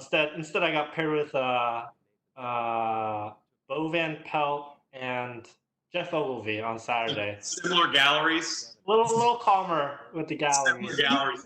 You got Ricky on Sunday. I did play with Ricky on Sunday. I remember on Sunday, so the third hole is this par 3, but is like 280 to the front edge of the green, and I get to the tee, and is it the second hole? No, it's the third hole, isn't it? Third hole. And I knew I was gonna hit driver, but I pretended to look at the yardage book. I was like, oh, am I gonna hit 300 driver? Because it was like 265 for an edge, and I hit driver. I pull it out real quick, pretend after practice swing, I like get it over with, and I go over to Ricky. I was like, hey, do you think I'm gonna be the only guy hitting driver on this hole? And he's like, nah, you're good. And then I saw Hunter Mahan hit driver on that hole too, so I felt much better about myself after that. Finished T17 for people that don't know at that U.S. Open, low amateur, obviously. Was tied for 10th after the third round, and yeah, that was like you said, your lone U.S. Open, top 20 as an amateur, no big deal. And so we have now jumped to the final round singles, and here we go. This is 11. This is our man here. Just a tap in, Michael. This I remember this putt, actually. Oh, do you?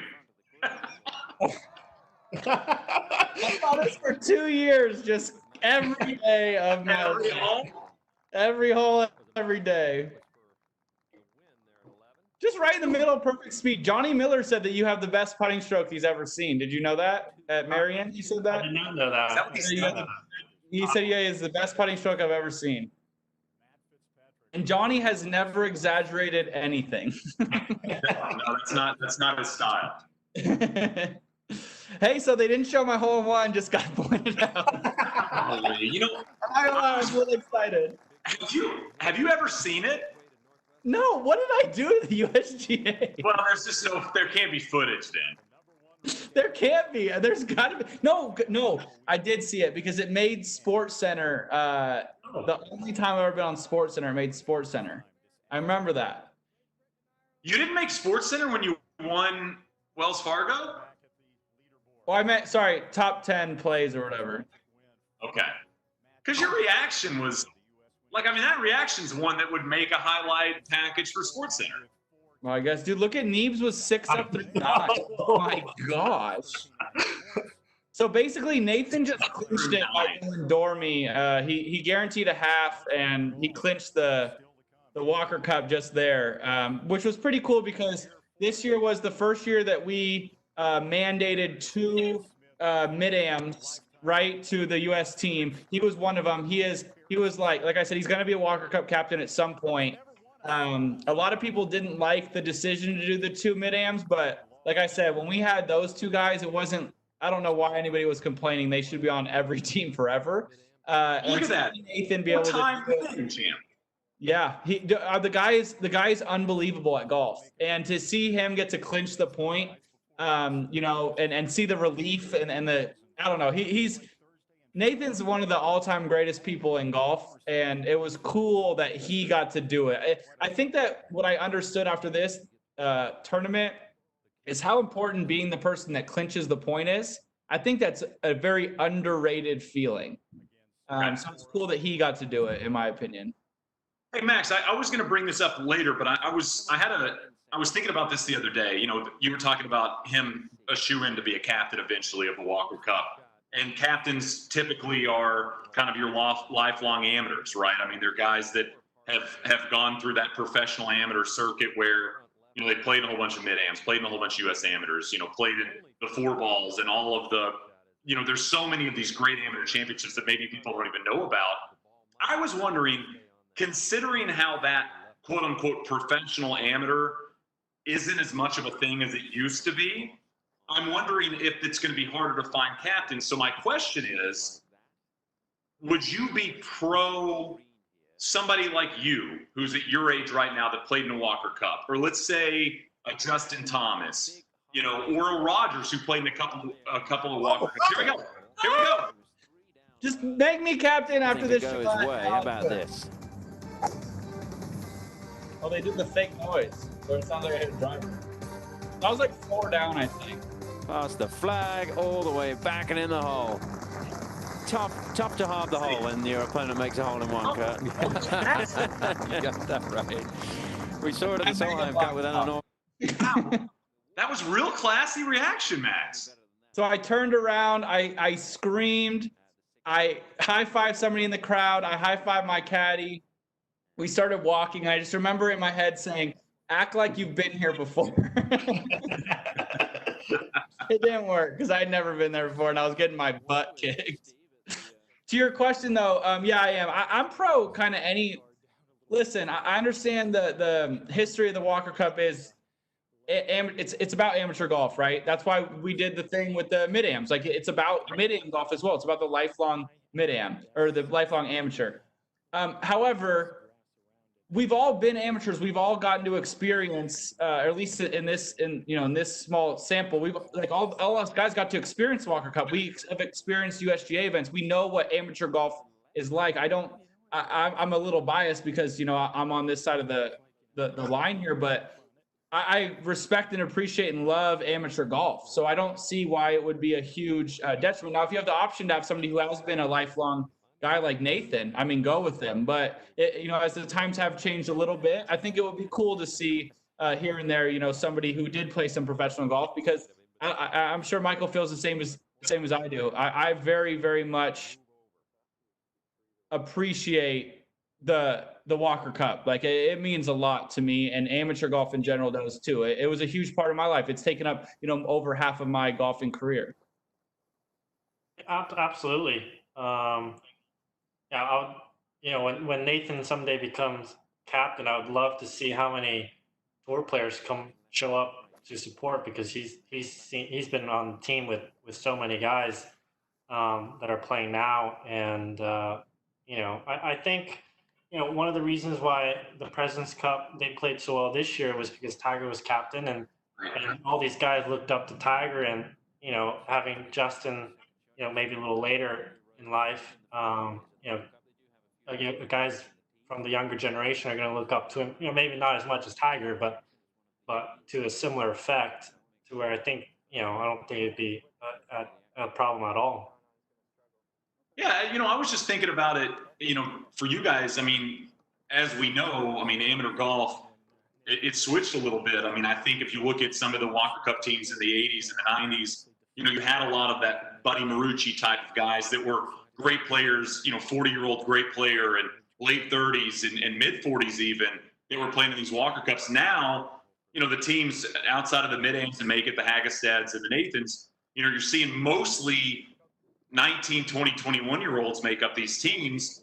And I just was wondering if it would be cool for those guys to have 30-year-old Justin Thomas as a captain who was in those shoes just a few years before, and I just wonder if that would be a cool thing to mix in occasionally, and just wondering if players would be interested in doing it in the first place.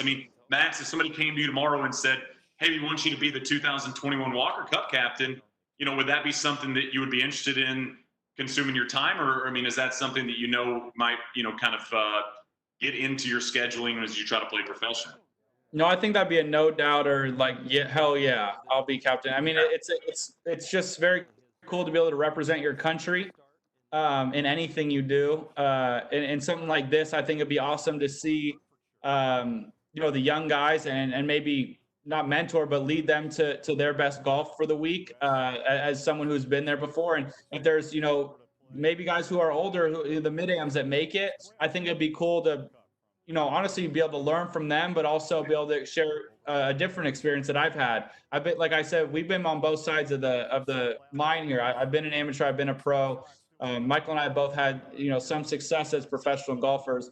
We have a lot of credibility to what we say, but it would just be good to be immersed back in the purest form of golf, which is, amateur golf. Did you ever get on Big Bill's boat or not? Michael might have. I wasn't invited. You didn't get Big Bill, didn't invite you. He looked pretty bored. He looked like he wasn't getting a lot of bites. Not a lot of bites. Thanks for watching us play, man. By the way, you know how you always hear the greens are way more undulated than you think on camera? Yeah. This is an unreal shot of how crazy this green is. What is it, 16? I think so, yeah. This is 15. Is it 15? Yeah. And so many guys end up short because long is an auto bogey. So, all these guys are bailing out a little short to where you have a chance at the very least.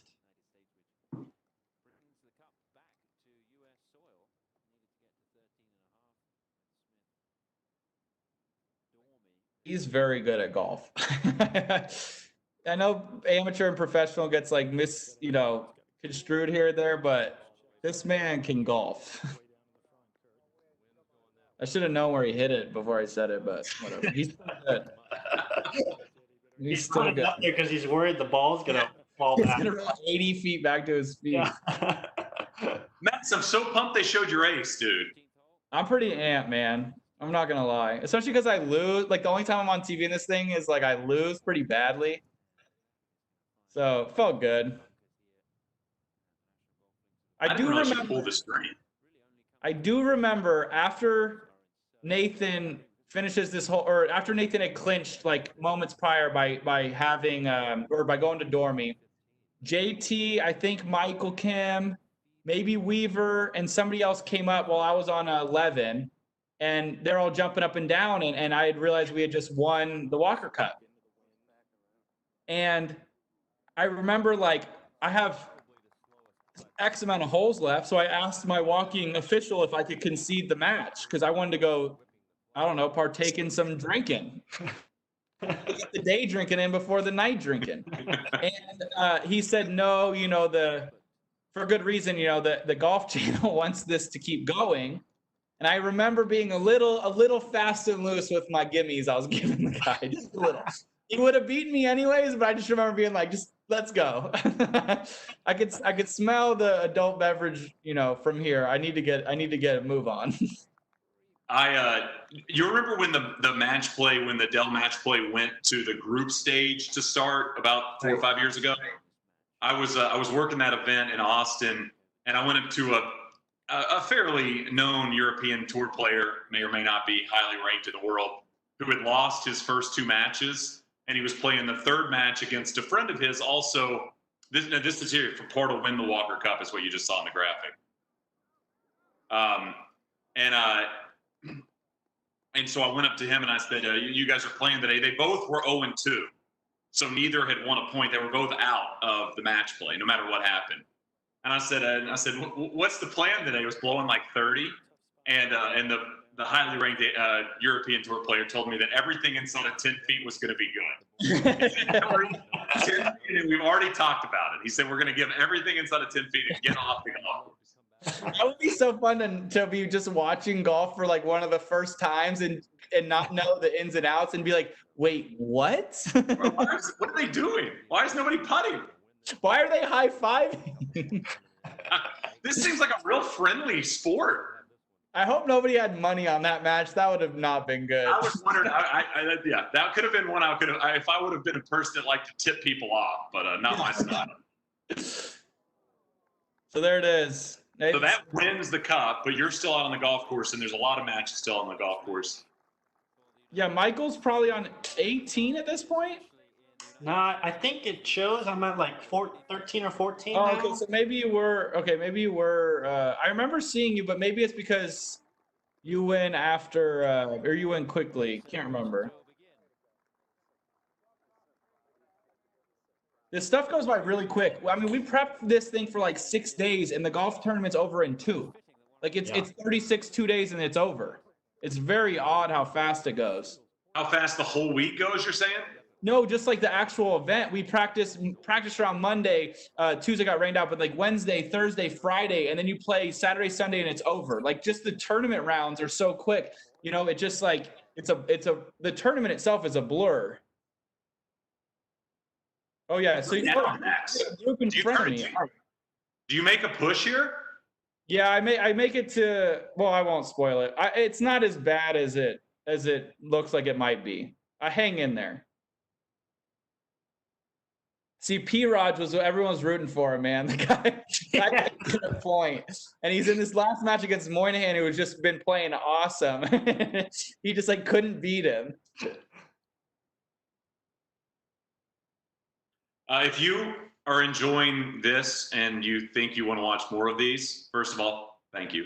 And second, we have a YouTube page. It's youtube.com/regripped. And that's where you can find all of the ones we've done prior to this. We did the 96 Amateur. We did the 13 U.S. Open. What else did we do, Max? We did Oakmont, Winged Foot U.S. Open. 06 U.S. Open. We did the Cherry Hills U.S. Women's Open. Yeah. So check all those out there. Captain. Hey, we had a question. I would like to hear both of your thoughts. What was your favorite collegiate event that you guys played in? So not a non-college event, but what collegiate team event was y'all's favorite one each and every year? You can't say the one you hosted. I mean, it wasn't each and every year, but my senior year, the most fun I had on a golf course in college was at Pasatiempo, the story I was telling you about when Michael high-fived me. We had a year where our college team lost 2 tournaments for the whole season minus national championship. And that tournament pairs, it's foursomes, which is rare. It's usually threesomes, 3 different schools, and it's foursomes. And they actually pair you with another teammate against, 2 teammates from the same school. Okay. After the 36-hole day, we were down. I think we were down by 6 starting the final round, and we hadn't been in that position at all. We'd been up by like 15. And me and Michael are in the final group with Pedro Figueredo and Pontus Weidegren from UCLA. And we get going, and Michael and I came out hot. Potsdam was one of the hardest golf courses in the country, and I think we both shot 4 under. But we get to number 9, and there's a leaderboard. College, you don't have leaderboards everywhere. So we walk to 9 green, par 5. We both hit the green in 2, or he's chipping and I'm putting. And we get up to the leaderboard and we see that we are down 6 to start the day and already up 9 while we're both chipping and putting for eagle. Michael chips in for eagle, breaks my hand. I make birdie, and we move to the next hole like 11 up. And it was just like, it was so fun. Like, it was so cool because we were finally in a spot where like there was a bit of stress. And like I said, Michael and I both played awesome. It was really cool. And for me, that was a fun tournament because it's rare that you get to play with a teammate. And it's a little bit of a different dynamic. There's probably better events. You know, Southern Highlands in Vegas is one of the best run golf tournaments I've been a part of in college. I'm not sure Kimsey, what's your favorite? I mean, when I don't think of tournaments themselves as much as kind of what we went through, and you know, just to build on that Western Intercollegiate, you know, UCLA was the team or the college that Max and I really wanted to go to, and we had that chip on our shoulders, and it just kind of all culminated. We were all playing great, and we just came out firing, and we ended up winning pretty easily. I remember, yeah, Zach saying, you know, had the most fun at that tournament. Other than that was probably my freshman year, the Pac-10 tournament, just because how we won. Oregon and Cal, kind of a small rivalry because they came to our tournament. Max made like a 20-footer on the last to tie the team, and I remember going crazy about that. Then come Pac-10s a few months later, we're neck and neck Pac-10s, and we're tied going into 18. Brandon Hagee and Eugene Wong are in the final group.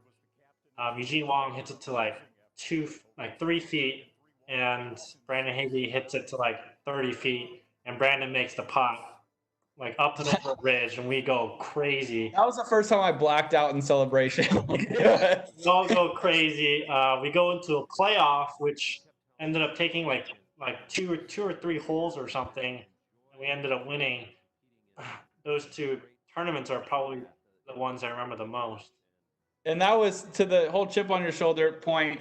USC was the team, or was obviously at the event, and I remember walking through the airport, and Hagee's carrying the trophy for good reason, and we see USC all sitting in a huddle because they played like garbage, and they look over at us, and I just remember Brandon just smiling at all of them, like, I could have gone here, guys. You know, like I could have been with you guys, but that was a fun one. That was a fun tournament too, because when you leave us, we played in Oregon, so you leave a state where everybody is rooting for Oregon, and we got our first Pac-10 win, I think, either ever or in a forever. So that was a really fun. I forgot about that. That was a really fun event. Michael, when did you find out you guys had won the cup? Do you remember specifically a moment? I don't. I think, I mean, I might be making it up, but I'm pretty sure I heard a decent roar, obviously from Nathan's group, and you know, there's a big scoreboard on 14 or 15, and you just kind of do the math a little bit, and it takes the stress off the match, honestly. I think we saw a lot of red. Yeah, I remember distinctly that first day. You know, we were down 2.5 to 1.5, I think, that after that first session, and you know, after maybe about 7 or 8, you don't see a scoreboard until 14 or 15, and I think 15, you like walk up the hill and it comes back down. There's a big scoreboard, and I just remember during the singles match, it's like all red, and I was like, oh my god, like let's go. Yeah.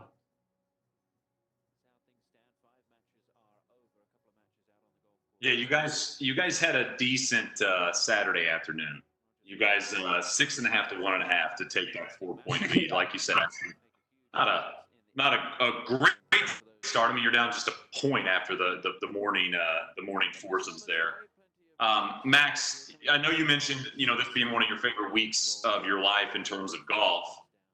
What is being a part of this as you get set to play professional golf, and you know, you're a highly touted collegiate player, amateur player, getting to be on this team and taking this with you to the professional ranks. I mean, how important was this for your next step in your career, kind of moving forward to professional ranks where, you know, people know who you are and they know you had this career that you had? Yeah, obviously it was important for like a multitude of reasons. I thought one, just like first time being like knees shaking nervous, and playing for something bigger than you, which is just a whole new level of nerve. So whatever you go through coming, you know, up in your career isn't probably going to feel as like demoralizingly or like crippling amount of like nerves.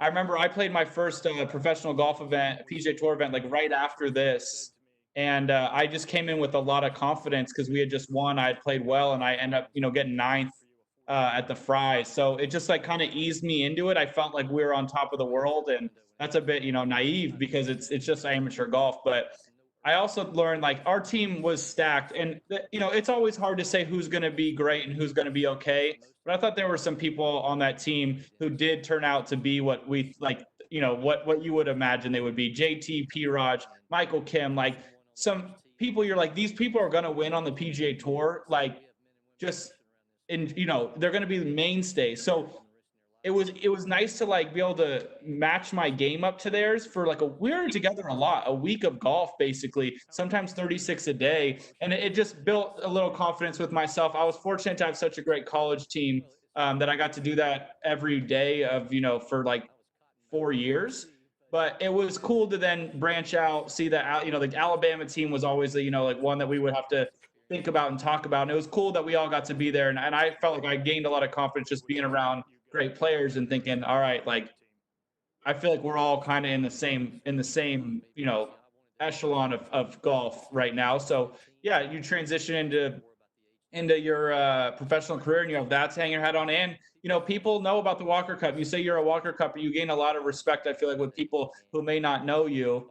And I thought that was just a cool thing to, you know, be able to say I did, to say I made it to it. And not only that, we won, and that was our goal. We were not happy with just being there. We wanted to win. And, you know, to Michael's point earlier, we were down a point and it felt kind of weird because all we were thinking about was winning. We weren't thinking about let's have a good time. You know, I remember Captain Holgrave was big on that. He goes, I want everybody to enjoy themselves. And I just remember everybody would look around after and be like, we are not losing this thing. Like, we are winning this thing. And so to see Saturday afternoon post a bunch of red, and it's like, all right, you know, it made it better because I've talked to Bo Hosser, I've talked to Stuart Hagestad, I've talked to a lot of guys who said, hey, the Walker Cup's fun. You don't want to lose. It's not as fun. You know, you got to win the thing. And that was cool that we got to do that because it's another thing to be able to hang your hat on. Yeah, been a good run for the United States on American soil in the Walker Cup. Starting in 05 Chicago Golf, U.S. won by 1. 09 Marion, U.S. won by 7. You guys, of course, win this one by 8 and 13, and then 2017, that absolute runaway. We at Fox had that one at LACC.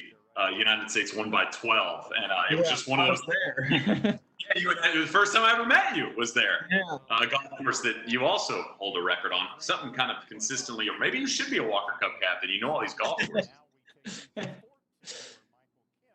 Here we go. This is just the best golf swing. Michael, I asked Justin Rose this on our. Oh my gosh, best shot ever. I asked Justin Rose this on our last one 2 weeks ago. So I'm going to ask you as well because it's a very similar story. When you're nervous and you have like a tough shot coming up, do you ever just think to yourself, I'm Michael Kim, I have a perfect golf swing. Of course, this is going to go straight. Like, does that cross your mind? Never crossed my mind. I mean, maybe That's all I think about. I should give myself a little confidence boost. But I think that week you just kind of go blank. I mean, I went blank that week. I was like, just please go straight, please go straight. And I remember, I think maybe it was on that next interview. I think on that hole during the alternate shot, like I put you in the water, and you like. You did. Yeah, and you like splashed yourself in mud. I was like, I'm so sorry. My white pants. This is, by the way, this is the exact moment I found out we won. Oh, Right now, I started celebrating while this guy was hitting. I felt kind of bad. I was very quiet, but so Max, I got to bring this story up because it's one of my favorite stories that I've been told. The Walker Cup. I mean, people. I think golf fans and sports fans are now understanding how important the Walker Cup is and how much history there is around the Walker Cup. I'm not sure they always totally understood that, but I work with Brad Faxon, and he tells this great story at the '83 Walker Cup. He was paired up with Willie Wood. They're playing Hoy Lake, first tee. Willie's the odd guy on alternate shot, and we're showing the hole in one again. I want to see the hole. I'll finish it. I just want to see it again. it's 114 yards, like the shortest hole ever. It's like making a hole in one on a par 3 course. Yes. and the pin's in the bowl. That's It's in the bowl. Like it's asking you to make it. So we missed all the I got celebration. the flag, and I got everybody to sign it just in case I ever need to go back to Q school. I could sell something for a little bit of cash. Willie was the odd guy on the first tee, and he was standing over the ball for a whole bunch, for like 30 seconds. Brad's going, whatever's going on, what's going on? And Willie walked over to Brad and goes, I can't do it, man. And Willie couldn't pull the trigger on the first tee at the Walker Cup, and Brad had to hit the first tee shot, so they had to switch. No way.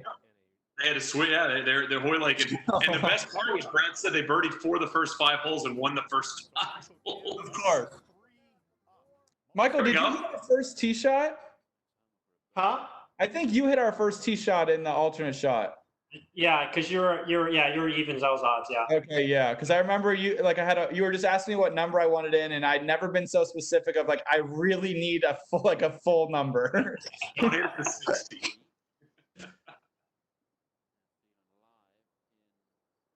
Max, you still do the thing that you do now, where you're just always practice putting, always practice swinging. Always. Don't Everyone's stop. gotta have a thing.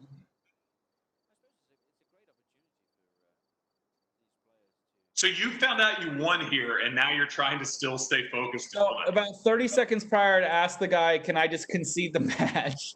And he said no. I pretty much told myself, I don't care where this guy hits it, it's good. Yeah.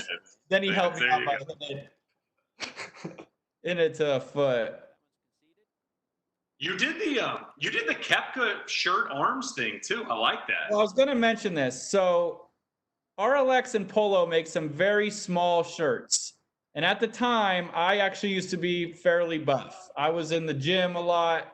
And I remember they all asked, what size shirt do you wear, to everybody? And I said, I'd always worn a medium in every golf shirt I ever had, and they weren't that tight. And I remember the first medium I got, the thing was smaller than that. And everyone was laughing so hard at me. I had to get a bigger shirt. And even the large was too small. Like RLX just came small. But you see our team, we have Michael Kim, guys this big. We had JT, who's not any bigger than that. I mean, the clothes were nice and tight fit, but I was in my Husky. I was in bulking season. Yeah, your arms. I was gonna say your arms look nice, bro. Dude, I used to be in shape, Oof. There's your hole, 17. So sick. I mean, you guys were just pounding it way down there by the green. I mean, JT was right next to the green when they showed the first match. Yeah, I think it was downwind in the afternoon. Yeah, so you could get it down in that neck or just shy of the neck. No, it's into the wind. No, that's right. It's into the wind on that. So you couldn't get to the bunker, so you're bombing it. But yeah, a lot of guys when it was downwind, you would hit it up left of that bunker. There's the windmill. It's on the golf course. It's right by number 2. So Max, we'll take it through y'all's 2 matches, finishing up, and then we'll get out of here. But I would like to see the conclusion of Kim Homa. Okay, sounds good. Michael, do you remember what your favorite hole is out here? What's up? Michael, do you remember your favorite hole? And Shane, do you know what your favorite hole is out here? I'll let Mike answer. Probably 18 for me. Yeah, it's a good one. Just to finish. Yeah, right on the ocean there. Shane? Oh, boy. I mean, I like the hole you made a 1 on a lot. I mean, I like the par 3s on the front. I mean, 18's a great hole, and I just think that, you know, we've seen 15 green a lot. I think the tee shot over there, you kind of hit it over the road, and it's craziest green ever. It's just, yeah, I mean, it's hard to pick a favorite hole and a least favorite hole at this golf course. I just feel like they're all awesome. I have a least favorite. Which one? Number 10. Well, yeah. Just 200 fairway. Hey, do you have a tour hole like that, Max? Do you have a hole on tour? And same thing, Michael. Do you have a hole on tour where maybe you have a couple, but do you have one where it's just like you get on the tee and you're like, I'm not hitting this fairway? Yeah, I've got multiple. Michael, I'm gonna interject before you give yours if you have one. Did you know that? And you know Andrew? If I say Andrew Putnam has one of those holes, do you know what it is? Putty? 10 at Zurich. You played the team event with him? 10 at the Zurich. Did you know that he hates that hole more than anything in the world? Really? I had him. I asked him to tee off the evens numbers. Oh God, he hates that hole. I was wondering if you got that treatment because I knew that he hated it. So I was wondering if he did say he played amazing when he played with you. But do you have a hole like Shane asked that you just hate? Yeah. Well, I'm sorry. I'm just trying to think of 10 at Zurich. Yeah. It's the most benign straight par 4. There's just OB on the right. Oh yeah. What does he have? Hates that hole. No, I remember he put me in the. I don't remember him. He hit me. He put me in the fairway every day. First shot of the tournament hits out of bounds right with me. That's funny.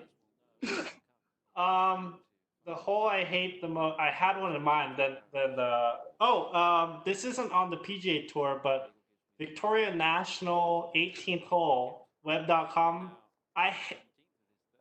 For the life of me, I can't even make bogey on that hole.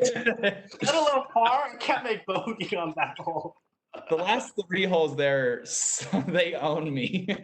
I remember when I played the web.com event there, the second time I was there, I got like 25th or top 30 or something, and I played the last hole 7 over par.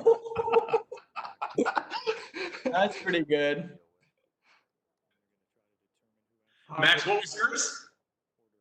I don't know if I have one. I mean, there's just a lot. If you ask me if I get up on this tee and I know I'm not hitting the fairway, there's a lot. I mean, 14 at Pebble, I've either made birdie or bogey every time I've ever played it. I don't know if I have a single par.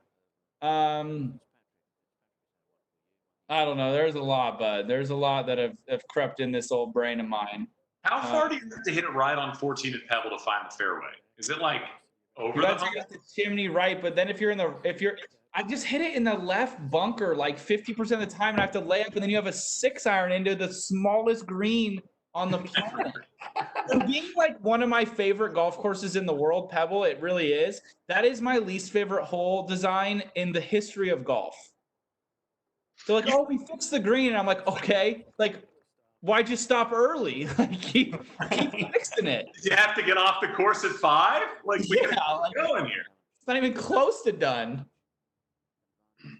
Well, you know we're a few years removed when they go 3 future sites, and it's not even the one we got coming up. We're getting old. Speaking of, a little promo since I work for Fox, 2021 Walker Cup at Seminole. If you watched the Rory charity event, so that'll be next year. We'll be broadcasting on Fox and FS1. I was on the ground working last time at LACC. I'm assuming I'll be in the booth. This time I am jazzed. I love the Walker Cup. This is for par to win the match. Quickly, Michael, did you make or miss? Do you remember? I'm pretty sure I missed. How about our dude behind the green? Forever right. The guy behind the green is my spirit animal. That dude is he is Captain Relaxed. Yeah, he doesn't look even as relaxed as Michael right there. He just about to win the match. Looks like he couldn't care less. Look at this guy. I wish I had a telestrator. I'm convinced he can't even see the golf. His knee's in the way. Just enjoying the weather. Michael, you are just giving it to yourself. You are. So. Killing yourself. I'm telling you, he hadn't missed a putt that long in 2 years. He's trying to break his driver over his head. He was so mad. Does he miss 2? Oh, He pounded that in the I'm back. on 16, I think.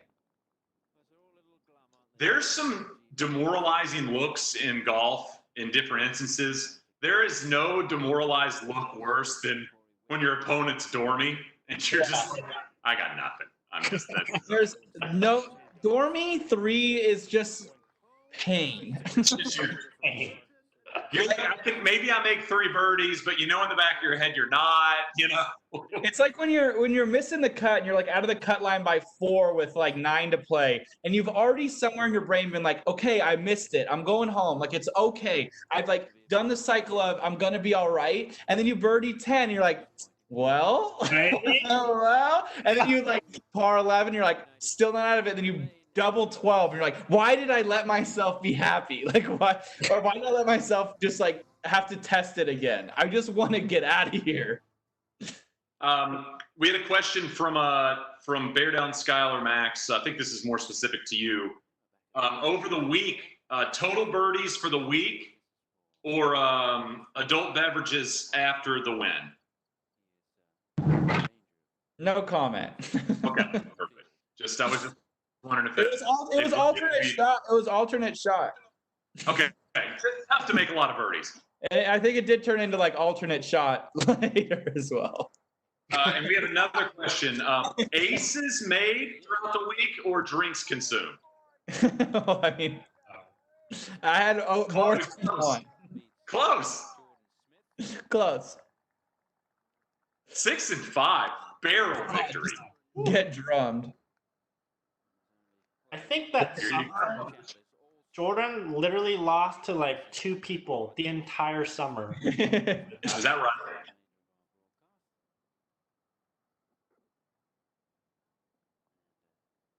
Pete Rogers' shirts look small too.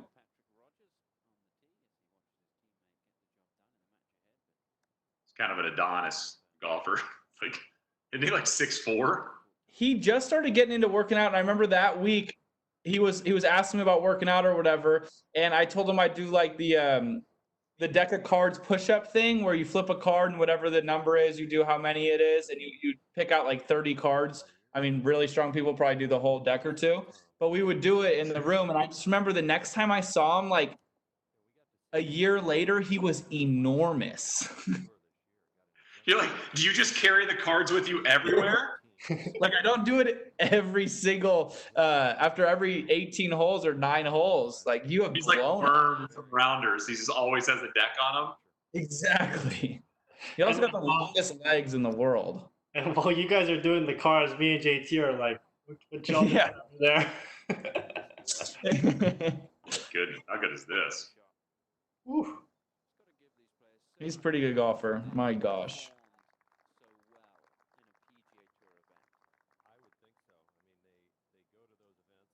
I've got a question for you, Michael. Do you care if people say golfing or playing golf? Golfing or playing golf? Like, are you okay with people saying golfing? Yeah, I've never been too big of a stickler for those kinds of things. You see, you seem really chill. I really wouldn't care. The important thing is that they're actually playing golf, I think. So Thank you. Not really. The only, like, the huge pet peeve, and I'll judge you instantly, is if you have iron covers, then, like, that's fair. I just lose all respect for you no matter who you are, I think. Shane has a push cart with a seat attached to it. Now has a cooler as well, and I got a new attachment for my umbrella. So that I can umbrella attachment is huge. Huge. I got the sun umbrella now around it. Michael, when I worked at a golf course after college for like a year, I was trying to play professional golf. Spoiler alert, didn't work out. And one of our rules, if you had iron head covers, was we would just throw one away every time you came through. And what we learned was if you throw 2 iron head covers away, then they end up taking them all off. So that was the number. Was if you can throw, because cleaning clubs with iron head covers takes 5 times as long. You know? Heck of a shot there. He had some swagger, huh? He did. He had like the southern drawl a little bit, kind of. I think he just picked it up while out at Alabama. He had a good saunter. He had a very. We were talking about our favorite walks. He had one of my favorite walks back in the day. Just very cool guy. Best ping pong player out of our team too. Very good ping pong player. Good ping pong player. Can we get a ping pong player power ranking? Say that 5 times fast. Ping pong player power ranking 1 time fast. That's all I'm giving you. Hey, give us. Let's hear your team ping pong player rankings. Well, it's Corey. Then Bob. After that? Huh? Was there a big gap after that? Yeah. I think so. I think it was Corey, then Bobby, then Nathan. I think was pretty good. Z-Man was pretty good. Robbie, I don't know. Z-Man was good. He was pretty good. I'm trying to think who else was good. That's all. I mean, that's basically all we did on Tuesday because it rained so much. It rained so much. The ping pong table was outside. We carried it inside our cottage, I remember. Oh, we had a question on that. Where did you guys stay? Did you guys have rental homes or what? Yeah, we stayed at the Sabonic cottages. the Sabonic little rental houses just right there. How nice were those? One of my favorite. Yeah, we got to walk to the range. One of my favorite stories though from the week was the GB&I team was staying at some guy's mansion in the Hamptons. And apparently it was 16 bedrooms. So he was giving them a tour of the house the first day, and they go into this one room, and they get in this. Him and his wife get in this huge fight because there's a pool table in there, and he didn't remember buying it, and she was trying to remind him that he did.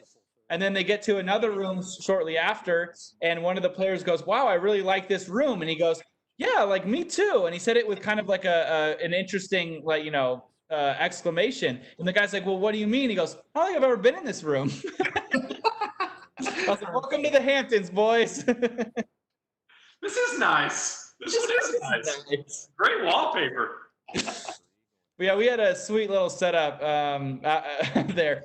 After we win this, we all went to, they host a big dinner and kind of like a fun closing ceremonies at the course, and then at Sabonic's clubhouse where we ate, drank, families could come.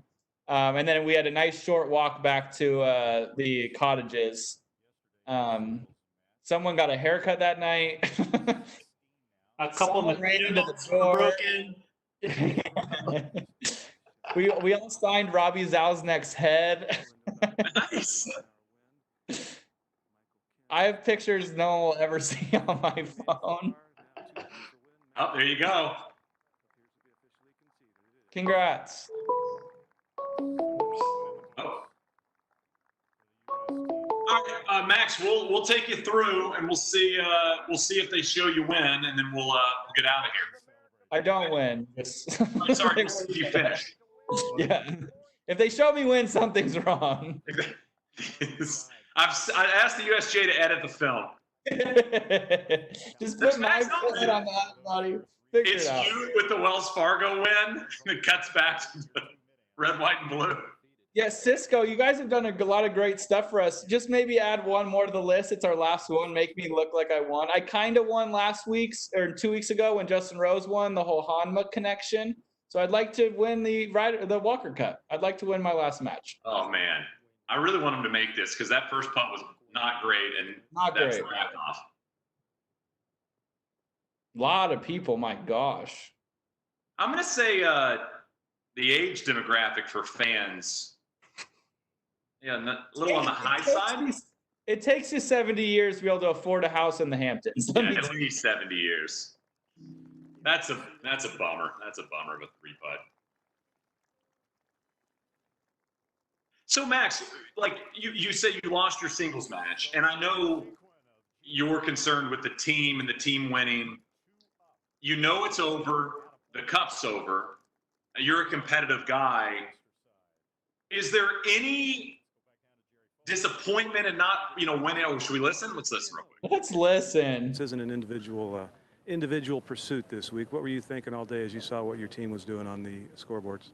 Yeah, we had a pretty comfortable lead, after foursomes, and I think we just wanted to keep the momentum going, and especially looking at that scoreboard on 13 or 12, and seeing that we had clinched it was an unbelievable feeling. And to go 3-0, it's pretty special.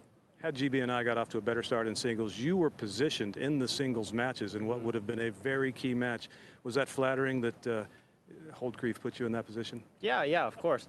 Looking at the foursomes and the pairings that we got, I knew if it was going to happen, it was going to be an important spot, and I just tried to get off to a good start and just keep the momentum going. The two elder statesmen on your team, the two mid-ams, if you will, Nathan Smith, Todd White, they were one of the first to greet you here and congratulate you, and it seems like you guys have developed a special bond with them.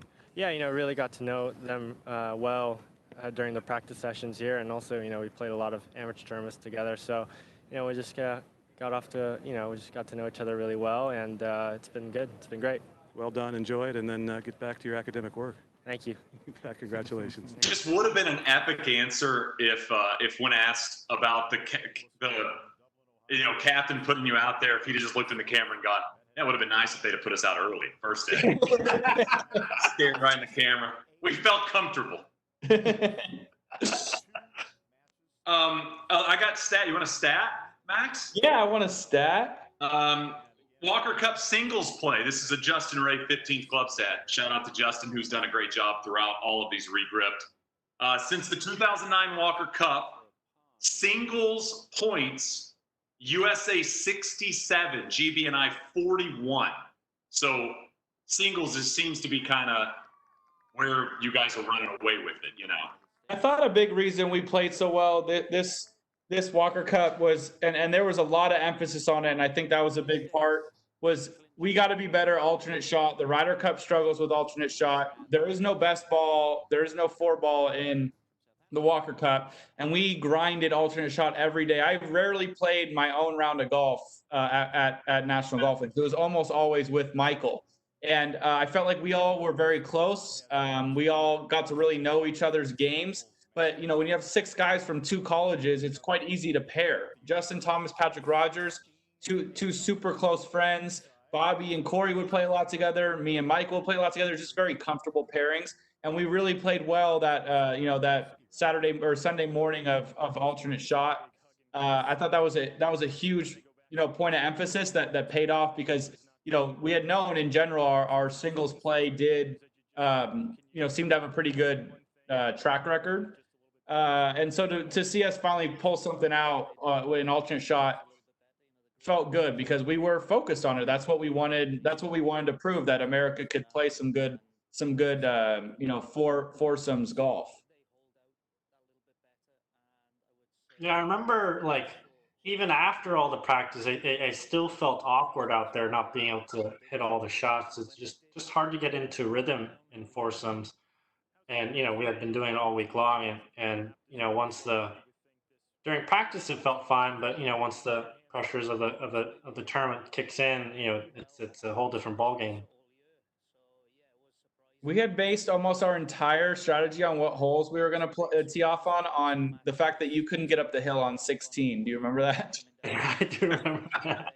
And it honestly, that's why we won the match, because 16, when it's into the wind, the cover on the fairway starts at 210, but when it's into the wind, there's a massive top of the hill at 260, and it's really plays long. And if you don't get it up the hill, the ball trickles down, and you do have to hit a 3-wood off an upslope where you can't see. And I basically told Michael, I need the 16th hole so we could cover this hill if I hit it well. And I remember we were, like we mentioned, 2 down with 3 to play. We get to that hole, and the guy that I was teeing off with hits it. He was just your classic European player, hits it very, very low. And I hit a good one in the fairway after he hit one that didn't cover the hill. It just never got high enough. And they had 3-wood in, and Michael hit a 7-iron in, and we ended up winning that hole. And I just remember thinking, we based this entire, basically, order off of one hole. This better pay off if we needed to, and it fortunately did.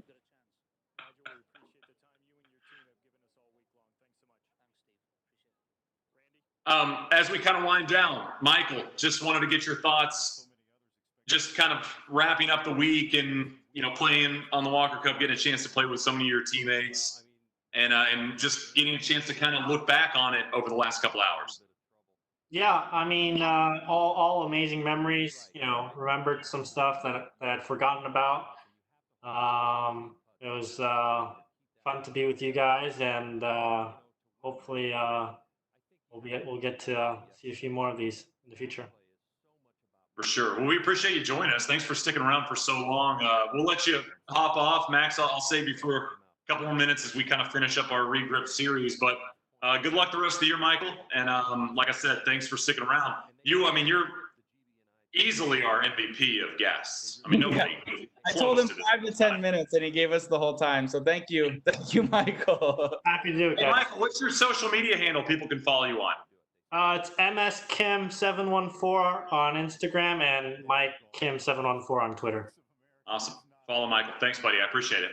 Thanks, See you, guys. Michael. See you soon. Yeah. See you soon. Thank you. Max, we're coming down to the final moments of this. I'm getting kind of nervous. This was a silly idea we had. We watched what did we watch? 08 US Open on some horrible technology at each other's homes, early quarantine, and now look at us. We got sponsors and we got producers. We got Jason laughing because he knows he doesn't have to deal with us anymore. He doesn't have to do this anymore.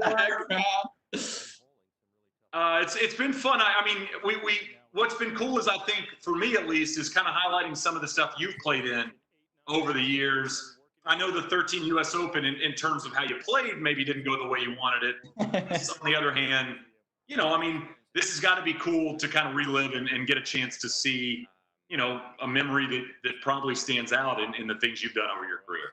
Yeah, I appreciate that we got to do this. This was a surprise to me. I'm a golf junkie. I love golf. I love watching, you know, old tournaments. Get to see two I had never really seen before, don't remember at all. Cherry Hills U.S. Women's Open and then Winged Foot U.S. Open was so fun for me. Getting to do the Marion one, just knowing that I'd been to the golf course was great. Obviously, the U.S. Open we screwed around with and started the first time with Tiger. We learned very quickly, don't do the whole entire thing, and also maybe don't do ones with playoffs. But to get to do this one where I actually, you know, won, I get, you know, part of the winning team, and something I'd never seen before is sweet. What a cool week. I'm glad you came up with this idea to do a regripped, rebroadcasting. And I got to say, is a really good idea. You picked it at a great, you know, time when people were really looking for things to watch. I hope people appreciated it. I think our goal has always been during this quarantine, if there's even just one person that will be entertained by this, we do it for one person. So whether there's one out there or, you know, 50 or more, I appreciate people watching because this has been fun. I think it's been fun for us. It's been cool watching these old golf tournaments. It brings back memories where you were at the time, how you felt about the winner. The Phil stuff still breaks my freaking heart. Felt like I was going to die all the time. So it was nice to watch something with a very, very happy ending, at least in my heart. Yes, this is one. One last question for you. Brian Mark asked, where does your hole-in-one at this event rank in terms of your best on-course memories and moments over your career? Yeah, you know, it's way up there. I truly do mean this, though. Like, winning the thing meant everything to me. That's why the week was so special. I was very lucky that my ball went in the hole. As someone, one of the two of us on here that has made a hole-in-one, I will say that. You know what? This is my time to rant. I don't mean Go this. ahead. I don't mean this in a negative way, but you know, rounds mean a lot more than like a one hole-in-one. So it really did mean a lot more that we finished it off and all that. But yeah, it's way up in my memory bank just because it's one random thing I can hold over like a lot of people. Like Tiger Woods is never going to make a hole-in-one in the Walker Cup. So like I got that on him. I'm going to bring it up. So it's just stuff like that. It makes me laugh and smile, but it's just a cool memory. Like I said, I still have the flag with all the guys' autographs on it. It just makes the special week more special, and I feel very fortunate that happened. But I mean, it was 114 yards, and the ball was in a bowl, or the hole was in a bowl. So if there was one time you're going to make a hole-in-one, it's definitely that time. It wasn't the most demanding shot you've ever faced, is what you're telling me. Because like the hole-in-one I made at the practice session was like a 260-yard 3-iron. Like that was way cooler. Where's National in terms of your favorite golf courses? Is it up there? Yeah, so the question I get a lot, or I've posed a lot, is if you could only play one course for the rest of your life, what would it be? And I'm curious your answer, but I'm gonna just lead with this is mine. And there's multiple reasons. One, the golf course has the architectural stuff that people go on and on about, but also the wind switches every single day, middle of the day, and it flips. So you literally play two different golf courses at the same property. So it's way up there. I love the golf course. It's in a very beautiful area. It's just fun. You're hitting a lot of golf shots you don't hit typically in America, and you have some sweet views. So I love it. What if I know you've played there? Where would you rank it? And how do you feel about that question? Yeah, I mean, I would say, right there with you. It's my top two. I always say National and Cypress are very similar in the fact that they don't have weak golf holes. I mean, these are both very private clubs, and not everybody gets to play them. And we've been lucky enough to play them. You see your opponent there just drains a putt, one up with two to go. But yeah, I mean, I just think